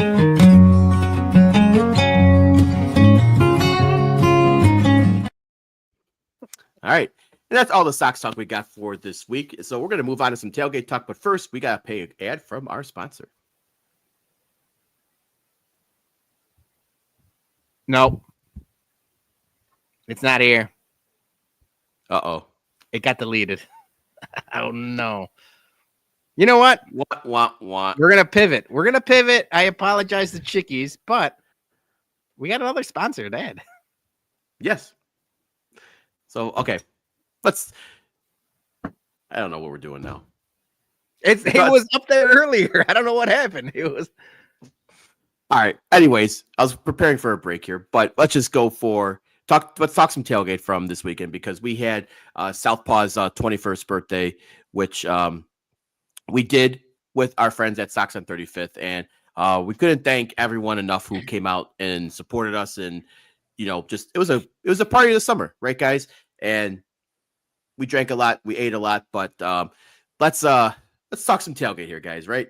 How do you guys feeling after the tailgate? Tired.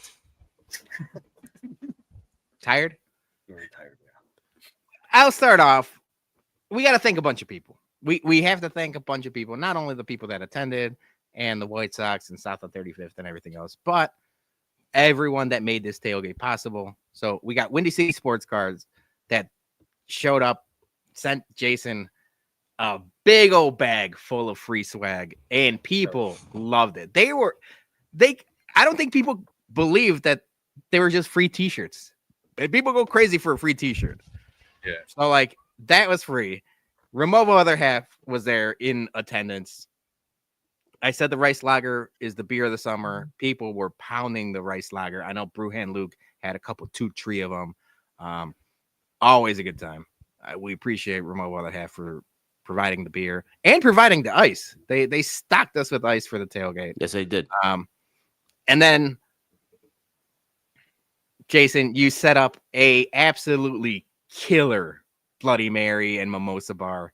And at first, I feel like as people started attending, like, I don't think people realized that it was like a Bloody Mary and mimosa bar to start off with. It was like fairly empty in the beginning. And then as soon as people realized, oh, bloody and mimosas and stuff like that, like I turned around and people were just making drinks. And I'm like, fuck yeah, this is good. Yeah, even though that cheese like just melted in the sun, and the sausage melted too. I didn't want to go too crazy in the fixins because that being in this, I like, again, my biggest fucking gripe. Can we get fucking tents? I mean, not only was everyone just baking in the sun yesterday, but it just kills like all the food we have. We and I want to thank the people who brought like pastries and everything too. You know, we had cinnamon rolls and muffins, and you know, Tina brought donuts and everything. That shit was just fucking baking in the sun. And now I'm starting to wonder, does Jerry ban tents so we don't tailgate anymore in the summer? Is this his evil diabolical plan to burn us out of Lot B and into Shy Sox Bar and Grill? He wants our food to melt so that we have to pay more for the concessions in the stadium. That's not a bad idea. That's a good tinfoil hat. Yeah.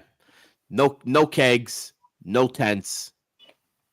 Can't do it. But we did have a great time. So yeah, obviously we did like the drunk fast food. We did White Castle's breakfast. We did McDonald's. We did Taco Bell breakfast burritos. One thing people came up to me was like, a lot of people were not aware that White Castle did breakfast. Oh, hell yeah. And they were also not aware how good it is. It's phenomenal. Hand up. That's on me. I turn to you. I had never had White Castle breakfast sliders. That might be the best breakfast sandwich fast food in the game.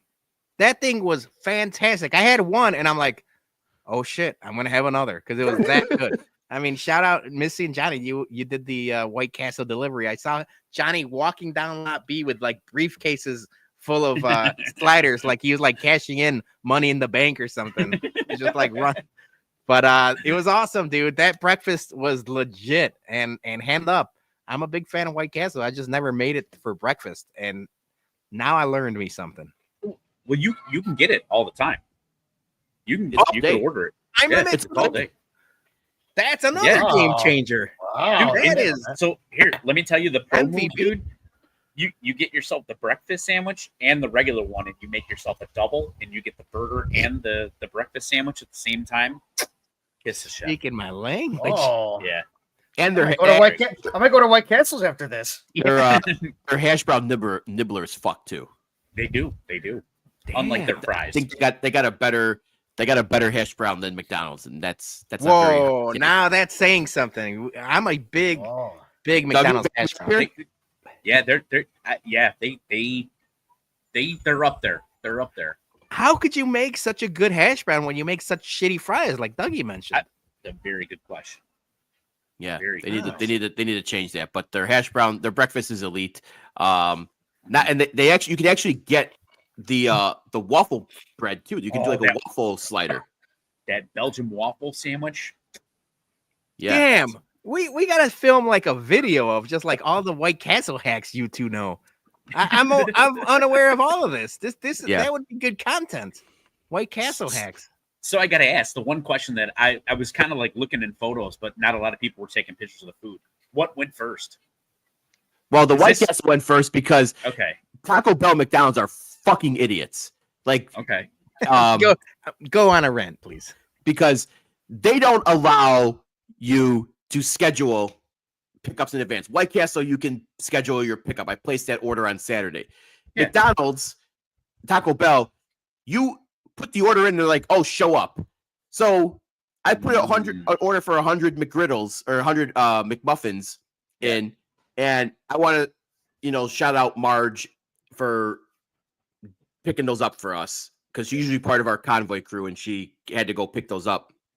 I put those in at 9:30. And I'm giving them like a half hour. They don't start making that shit until you get there. So she had to wait for the McDonald's to go. Then she went next to Taco Bell.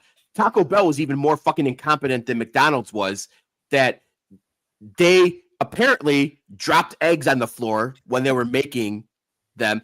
They didn't even complete the whole order. They only did, I put an order of 50 breakfast burritos. They only got to 40, and Marge was like, I can't wait any longer. We got to go. She showed up around after like 12 o'clock. She showed up like 12 o'clock. Like, shit. Like 11:50, 12. Johnny came. You were there maybe like 10:30, because even though I put the order in at White Castle, you guys still had to wait, but at least not as long as Marge did. But I'm checking in like on my phone, like, yeah, I'm here. Start making these bitches, and Marge is still waiting. Like, you would think if you're gonna have an order for over 50, 100, which your app allows you to do, that you would have like a trigger to schedule a pickup, because like you're fucking your kitchen over, you're fucking your employees over when someone shows up and says, now I need 100 McMuffins, and you don't really. It sucks making someone wait 30, 40 minutes for them to make an order that could have easily been a feature in your app. So fuck you, McDonald's, and fuck you, Taco Bell, for making our good friend Marge wait and then not even completing the order to begin with. There is a couple of, and I can't think of them offhand, but it goes to almost a catering aspect than you can schedule. Like, you would think that, all you're doing is setting up a recipe for disaster at your store by not letting you do that. Yeah. So fucking just like unnecessary, right? But yeah, food with the White Castles went first, and then but we did have a bunch of sausage McMuffins left over. Even post tailgate, people were scarfing those things down. People were loving well, because it was so hot out, they stayed warmer in the car. Okay. They're delicious. They were delicious. Yeah. We had the koozies. These things fucked. Shout out to Sox and 35th for the awesome design on that. Southpaw's birthday is my favorite blackout game, and then I got drunk with Southpaw on his 21st birthday. Those do we give out all 300 of the koozies? We said get there early if you want a koozie, and that held true, because by the time like noon rolled around, they were long gone. I know White Sox Dave showed up a little later. And he was like, hey, anybody got a koozie? And I was like, they're all gone. I was able to scrounge, but like we knew that they were going to go fast. People were asking like, where are the koozies at? As soon as we walked, like you walk in, it's like, where are the koozies at? They were a big hit. Now, do you think they're going to start showing up on eBay by a certain Sox of Summer? Oh, that'd be interesting. I don't know what the market is on Southpaw birthday koozies, but I know some people missed out on them, so maybe they do buy it on the eBay. Yeah. And our good friend Gordo, like great to see Gordo show up to the tailgate. He's been MIA for a while, obviously, with as he's dealing with his health issues, and we're so glad to see him. Great to finally see him. He's got the beard growing again. Last time we saw him, he had it shaved. Yeah, and recognize him. And I was like, who the fuck is this guy? And now the beard's growing back. So good to see it. Yeah, no, he was there in true Gordo fashion. He was there to bust balls, because he was making fun of everyone and anything that crossed his path. Even though he was sitting down in the wheelchair, it didn't matter. He was ready to fire off. I know he called our guy Taco from Texas. He called him Fat Johnny, and then he also made fun of your tank top, right, Johnny? Yeah, he said it was a little too snug on me. So, what?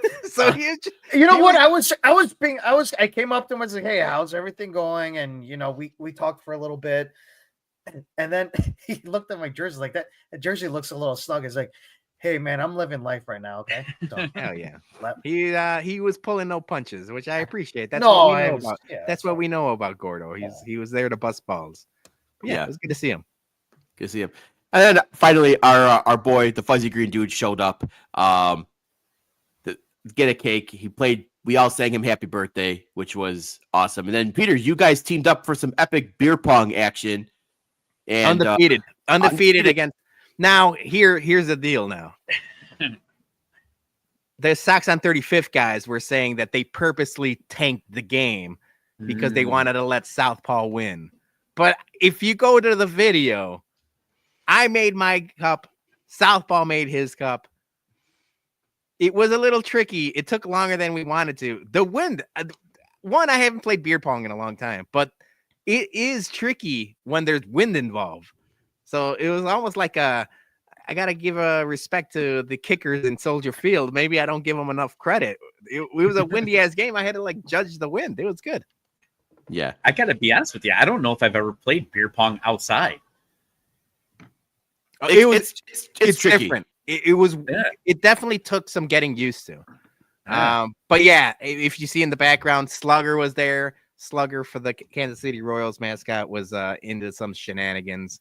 But it was a great time. smashing cakes on bystanders. Yeah. But yeah, so Slugger was there, and Chris Ward from Atlanta, he flew in. We said we had people flying in. So Taco flew in from Texas. Chris Ward flew in from Atlanta. So and handed out scoops. But yeah, it was good to. And we got a nice little picture. The hats were a nice touch. The birthday hats were a nice touch. I once again want to thank the White Sox and the Sox on 35th guys and everyone that made the tailgate possible. I wanted to highlight this video or this picture specifically because Road Dogg and Tanina and everyone else in this picture stayed and cleaned up. We were the last ones there, and like Chris didn't have to stay there, but he helped us clean. And like he said, this tailgate, it's not just us. It takes a village basically to be able to run these properly. So the fact that, we were lugging tables and coolers and people stayed, the game was already playing at this point, and we're lugging garbage bags to the dumpster. I was like, all right, I got to give everyone here some props. Yeah. It was a great time. Also, shout out to Tito's for providing swag. They gave bottles of vodka. They had sunglasses, bandanas, fanny packs. That was cool. And then obviously, like we said, Windy City had thank you for our sponsor for throwing in some shirts and everything. A lot of action on the beer pong table as we expected. That thing started rolling at like 10:15. As soon as we had that set up, it was hot in the streets. There was someone on that table from the start of the tailgate to the very end of the tailgate. There was people playing, it was just packed the whole time, and that's what we wanted, right? That table was a big hit.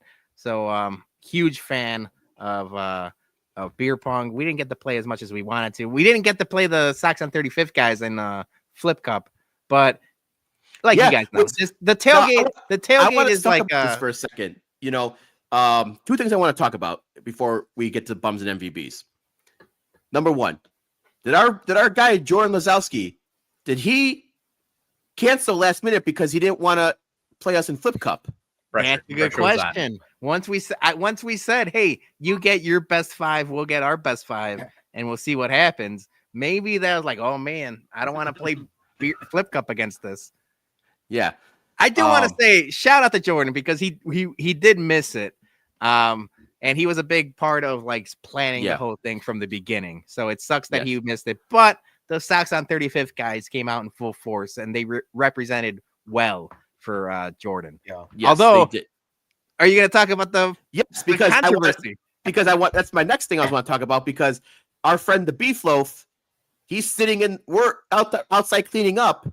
And he's in the stands being a menace, stirring the pot, as always. And Peter, he's saying that we purposely, and you in particular, for doing the flag, sabotaged Sox on 35th by putting their flag at half mast and ours at full mast. Do you care to address these allegations of some sabotage? This was a no-win situation for your boy Baloney. So here's the deal. From the beginning, now that this is our second, almost third year doing the tailgates, we knew we needed a new flagpole, right? We needed a new one. Now we have two. When we do these co-branded stuff, we do stuff with, Sox Machine and the 108 guys. Now we did something with Sox on 35th. I tell them, hey, bring your flag. We'll put them up. I got our nice new flagpole up first, but I knew we had the extra one for Sox on 35th. If I were to put the flagpole, the flag of Sox on 35th on the working one, I wasn't going to put it above ours. So it would have been Bums first and then Sox on 35th second, and Beefloaf would have had the exact same thing. He said, why do you think you're above that one? So I'm like, you know what? Let me put the Bums flags on one side and Sox on 35th get their own flagpole. The problem is it's the older flagpole. Sometimes it works, sometimes it doesn't. We're all getting older in age. It's a Sunday morning. Sometimes on a Sunday morning, early morning, you just can't get it higher than you want it to. You just can't get it up as much. You just can't get it up as much. Now, are we still talking about flags? Is it our fault? Or maybe it's the flag. The Sox on 35th couldn't get it up. I told them. I was like, maybe you guys figure it out. It never got up. So I don't know if it was a no-win situation for me. If I would have put that flag on the other flag, it would have been the same deal. So it's unfortunate, but it is what it is. Yeah. Flagpole ain't what it used to be. Flag Wars sponsored by Cialis. Nugenics. Frank Thomas. We need Frank Thomas to take a picture with that old flagpole. Maybe he could get it up. Well, if you would like to help us invest in new flagpole, super chats go a long way. Yeah. Well, we got 2 now. Yeah. All right, but yes, I saw that, and like we're sitting there trying to clean up and get ready, and then just Uncle B stirring the pot, being a menace, while we're working hard, busting our ass. Well, wait till that last tailgate. You know what flag's going on.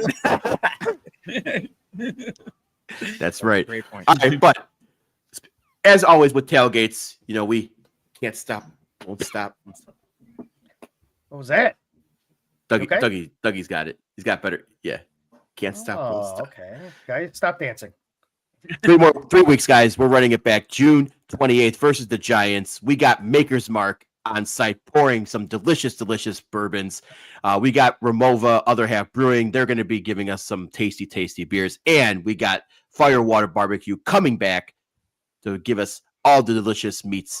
You want all them tasty meats in your mouth? You're going to get all the tasty meats in your mouth, guys. Just got to wait a couple weeks. Those juicy meats, they're going to be in your mouth. And we got an ad for that too. I hope they're not watching this, because we are going to be. That's the menu, Jason. Let's get to the menu before we play the ad. All right, we got slow smoked pulled pork. We got cheddar jalapeno brats. We got slow smoked chicken quarters, smoked mac and cheese, creamy coleslaw, and more. So yes, if you want those delicious, juicy meats, I can't. Firewater Barbecue, the official taste of Southside Sox fans and a proud sponsor of the BumCast.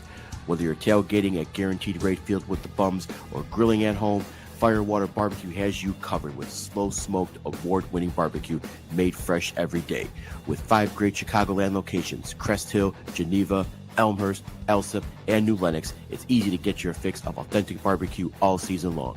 Try the Southsider sandwich, piled high with slow-smoked pulled pork and Angus beef brisket on our signature country bun, served with hand-cut fries. Or dig into our award-winning baby back ribs, hand-selected and slow-smoked over hickory and applewood for hours. Finished with the glaze of our signature Sweet Home Chicago sauce that's perfect fall-off-the-bone bite.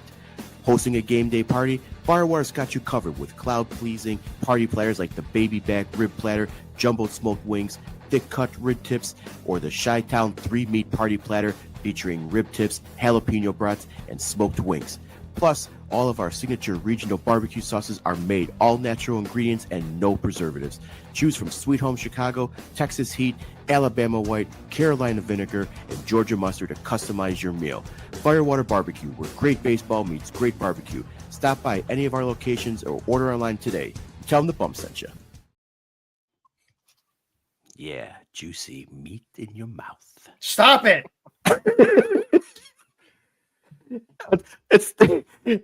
Well, the RSVPs the form for the RSVP is gonna go out tomorrow, so make sure you get that so we can keep an accurate count to send to Firewater for all delicious foods that will be meaty. All right, time to bump some people. Meat. I think he's a bum. I think he's an absolute bum. You call me a bum? My man, I take that with pride, with honor, that I'm a bum.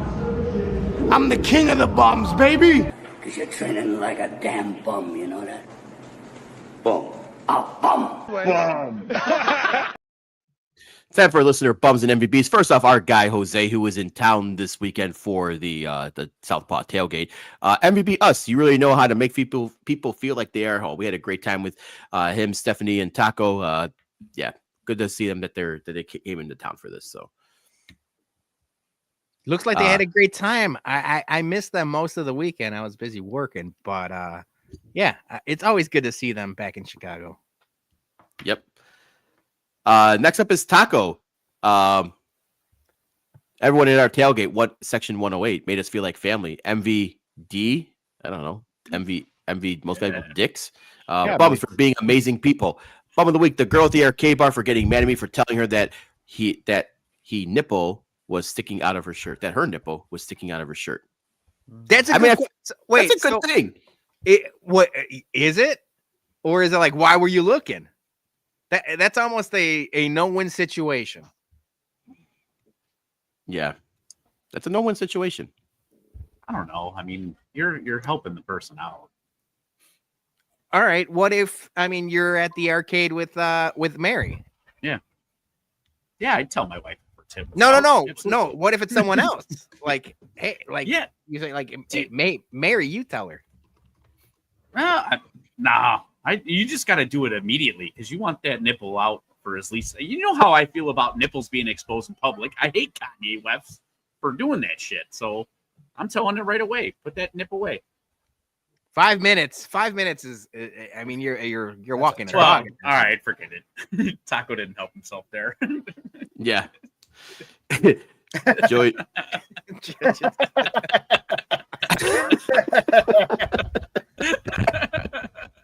That's great. See, yeah, forget it. It all makes sense now. All right. Next up, we got Steph. Bum of the week. The girl who spit her drink in my hair and didn't apologize for it, or spilled. Nipple sorry. bar? Yeah. Spilled her drink in my hair and didn't apologize for it. Yeah, that sucks. Be a little considerate. And Jose for losing his phone. That happens when you hang with us in a tailgate sometimes. Sometimes it be like that. He found this, though.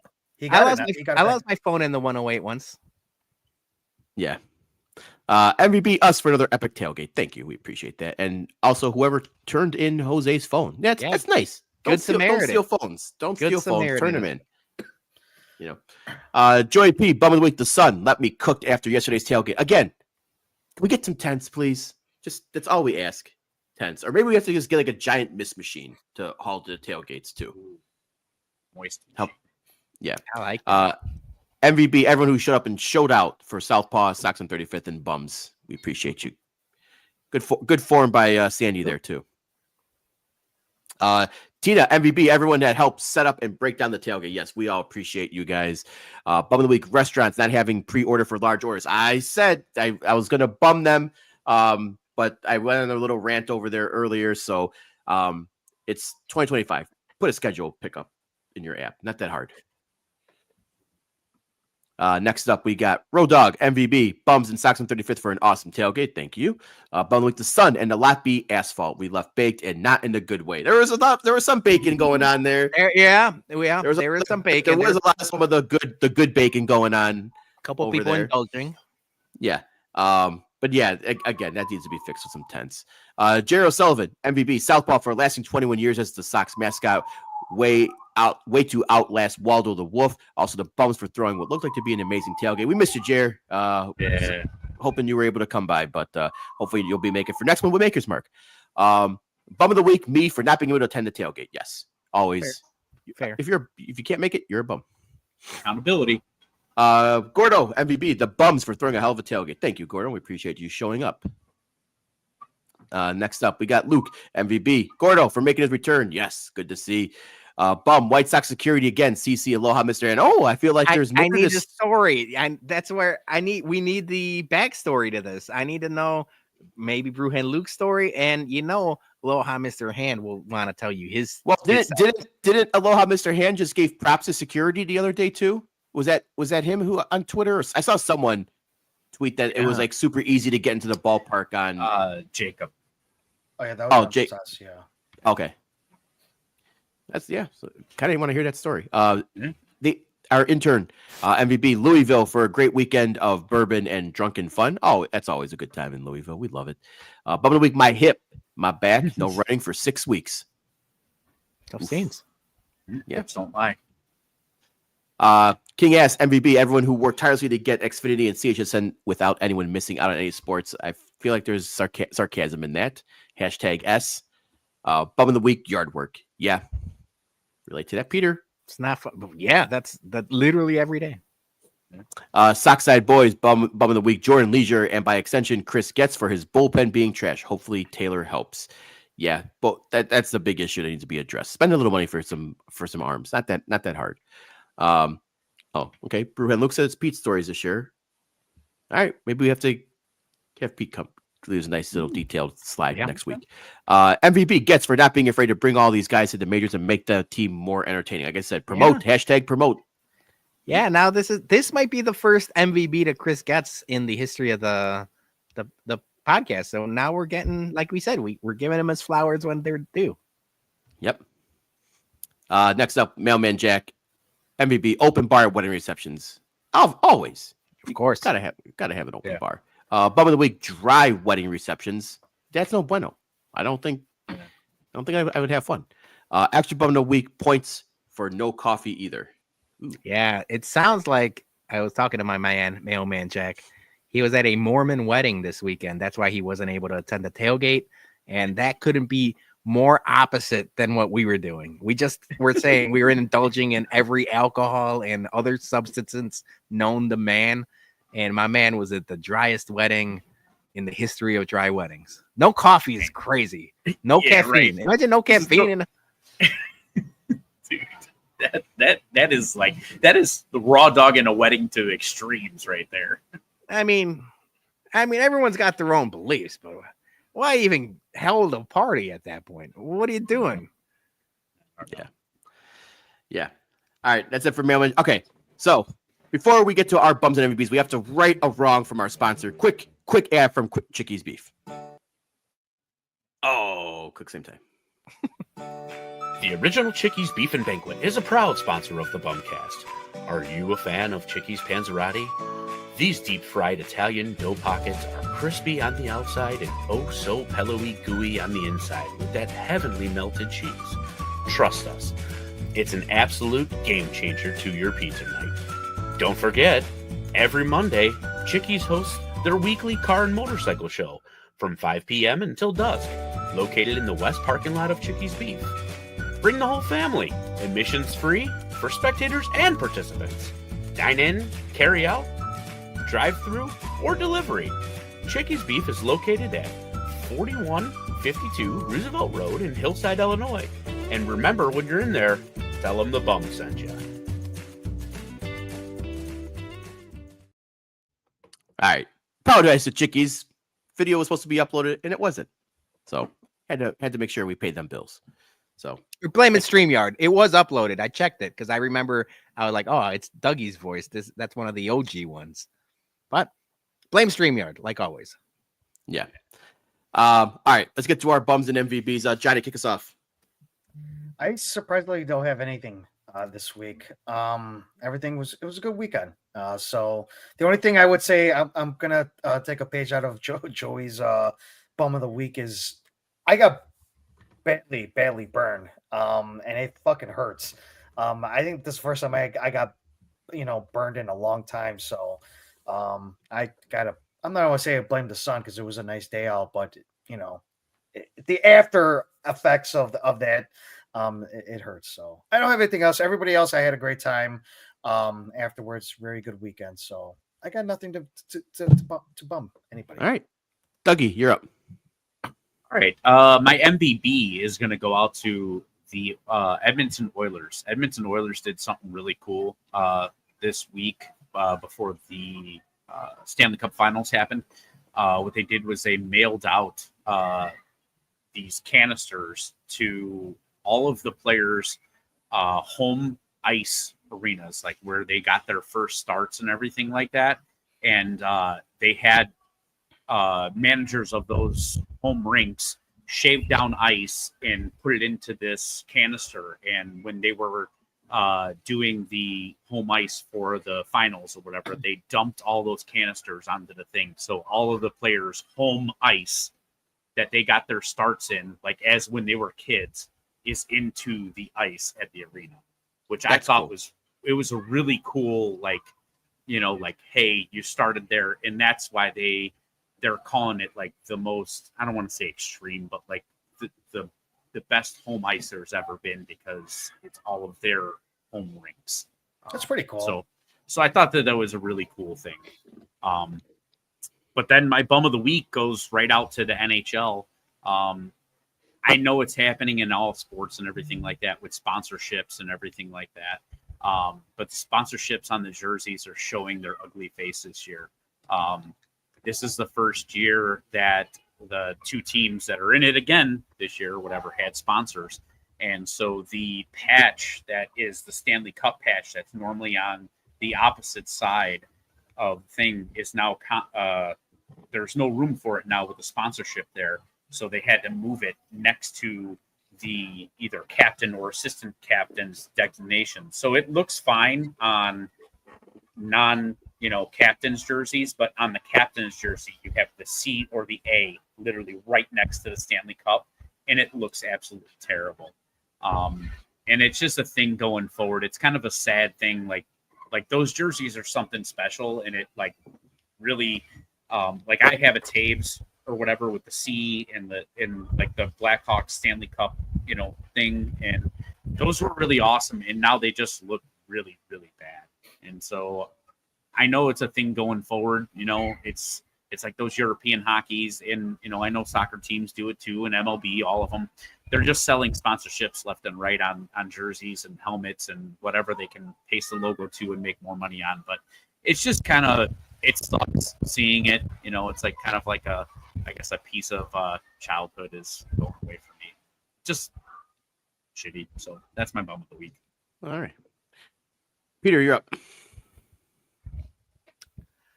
I'm debating whether I want to start positive or negative, but I am going to start positive. All right. So I want to thank people. We do these tailgates, and it's always, fun and exciting. When we started the BumCast, we said it's because, we're going to talk sports and drink whiskey regardless, right? Whether it's on YouTube or in our living room, stuff like that.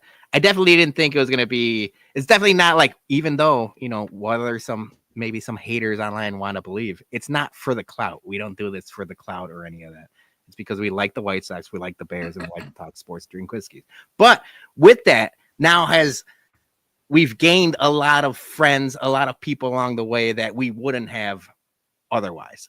I took a tweet last week because, one, I didn't know what the hell I was talking about. My daughter's birthday is coming up, and she asked for a Labubu.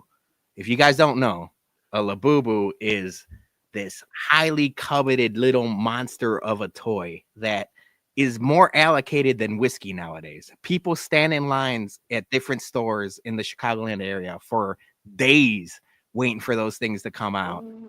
There's like a black market to it. It's crazy. It's the hottest new toy around, or always something. She asked for it. Luckily, she asked for it ahead of time. Her birthday's not until next month, and I'm like, all right, let me research this. Let me figure out how it goes. It retails for like $20. People are selling some of them for $300, $400. And I'm shit, I don't know what I'm doing. So I just put a tweet out there. I was like, hey, if anybody has a Labubu Connect, hook a brother up.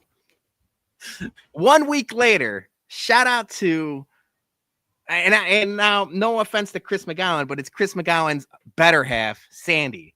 And she go on Twitter, if you guys know her, it's Twinkie's mama.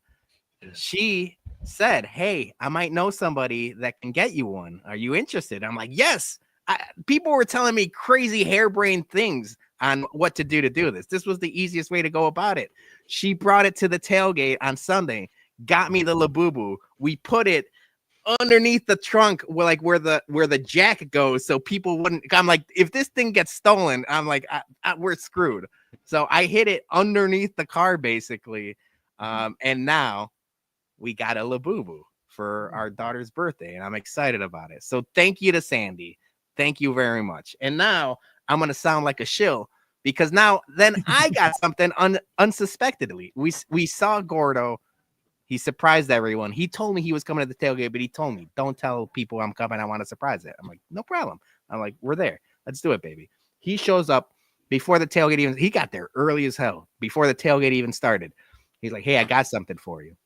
I'm like, all right, cool. I walked to his car. Jason, you were with me. I'm like, I don't know what this could be. It's just a box.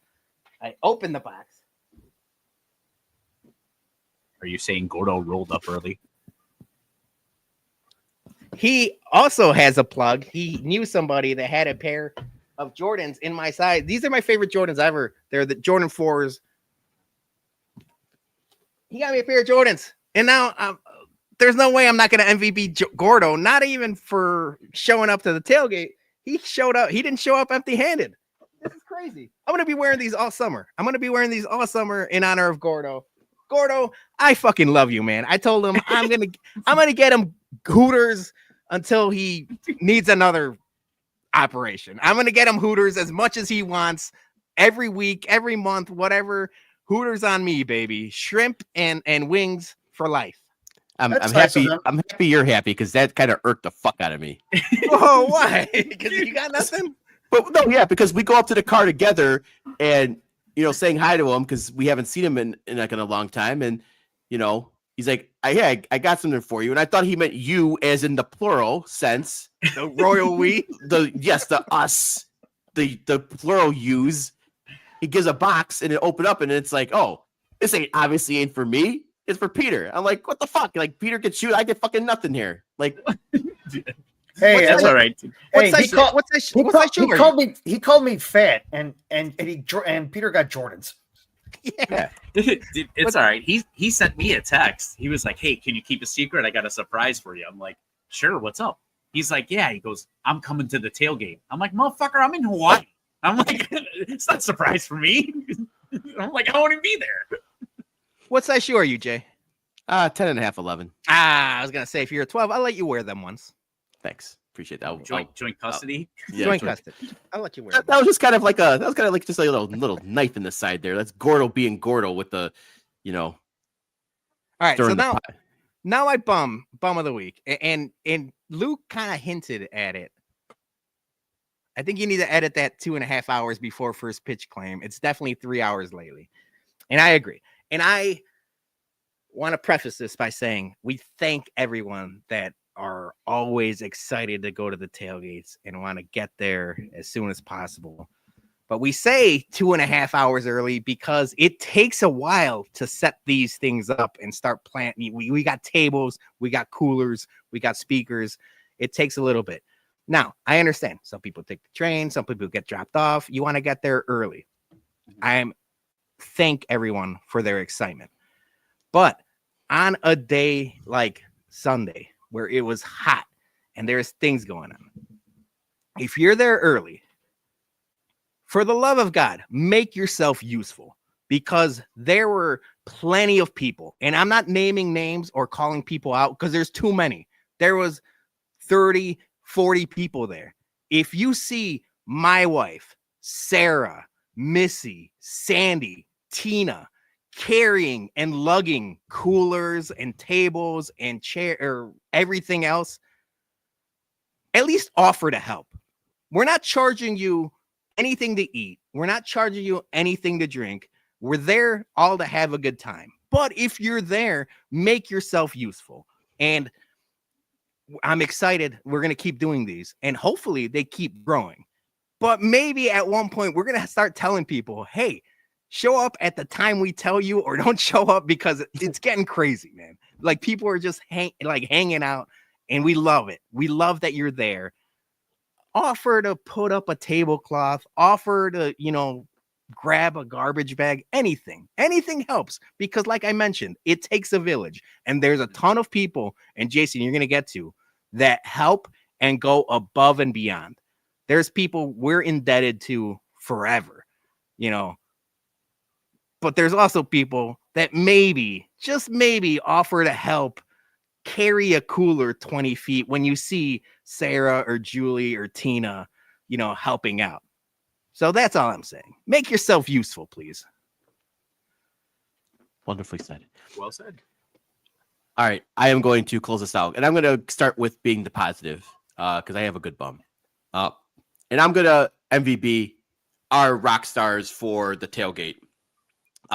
First off, big rock star to Tina, who I can't but like she was a beast at the tailgate. Not only helping on Thursday take the beer pong table, clearing out her car to take the beer pong table and over to Johnny's place, but also like help storing the merch, making the Malort, just getting all the little things that I don't think of, like the baskets for like the giveaways, the tongs for, you know, the Bloody Mary bar, like all that little shit that I don't think about because I'm thinking macro.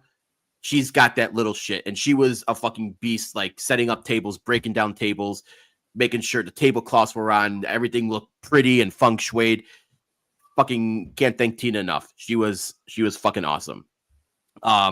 Second, I might owe Marge some money for her time wasted at Taco Bell and McDonald's. She's usually part of our convoy crew, and I can't thank Marge enough for when I asked her if she would mind picking up the food, knowing that this could go very smoothly, or it could be a big giant clusterfuck. And it was a big giant clusterfuck. And she wasted a good probably hour and a half, hour 45 minutes trying to get the food. And I can't thank her enough because she saved our ass by doing that. And I didn't mean to put her through that. So I owe her big time. So thank you, Marge. Huge MVB to you this week. And then finally to Candace. She did the fucking 350 Jello shots. And obviously T-Pain as well. I'm fucking blanking on her name right now. I'm so sorry. Tiffany, thank you. Thank you. God damn myself. Bum me for that. But Candace and Tiffany, you guys you did 350 Jello shots. That couldn't have been easy to do. So thank you for making all those. Fucking just loved it that people supported us and everyone else who brought food and everything. You know, like I said, mentioned Tina with the donuts, people with muffins and everything. Great stuff. My bum of the week is someone that I was not expecting to bum, but I have to because it needs to be said. I'm bumming Jason Benetti. Oh, and, yeah, baby. You know, my antenna was not working when the Sox were playing the Tigers.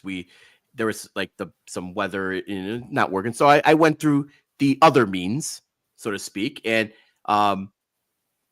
you get the Detroit feed, you get the Benetti broadcast, and they're playing the Sox, and yes, we split, but the Tigers are a very good team, best in baseball at the moment, and this motherfucker is happy as shit.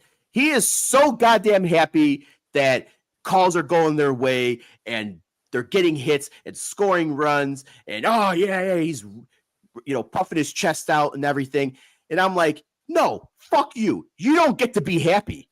You have to be fucking miserable like you were on the Sox. You don't get to enjoy Detroit and winning. Like seeing him happy makes me fucking angry. It makes me upset that he gets to have all that joy and we don't. So no, you don't get to you don't have to get to be all like, yay, go Detroit. You have to be fucking miserable for the rest of your goddamn life. And I'm bumming him for hating on the Sox and for pumping up Detroit. Bum of the week. I love it. I couldn't agree with you more. We're saying Jason is getting canceled. Benetti's getting canceled. That's the Jason that's getting canceled right now. Because I, like you, Jason, have gone through other means to watch the White Sox games. That's the reason I'm not signing up for Comcast and paying all that money. And I won't pay the CHSN subscription. I watched the Tigers feed for all of those games. I watched a whole lot of Benetti. And I'm right there with you. He's insufferable.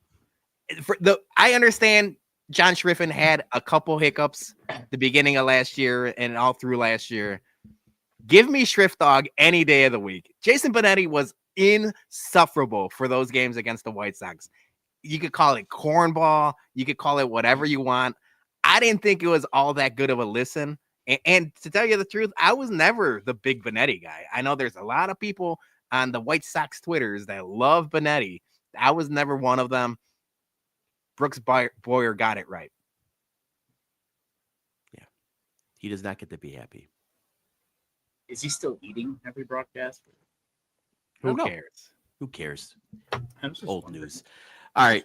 That is our show. Thank you for everyone who liked, who commented, who super chatted us, who stuck with us. We appreciate you all. And again, thank you for everyone who came out on Sunday. We really appreciate you. We love you all. We thank you for all the support and everything, and everyone who's going to come back out on June 28th. It's going to be a great time and just, kick rolling in the heat of summer. But I figure there's only one way we can end this podcast, right?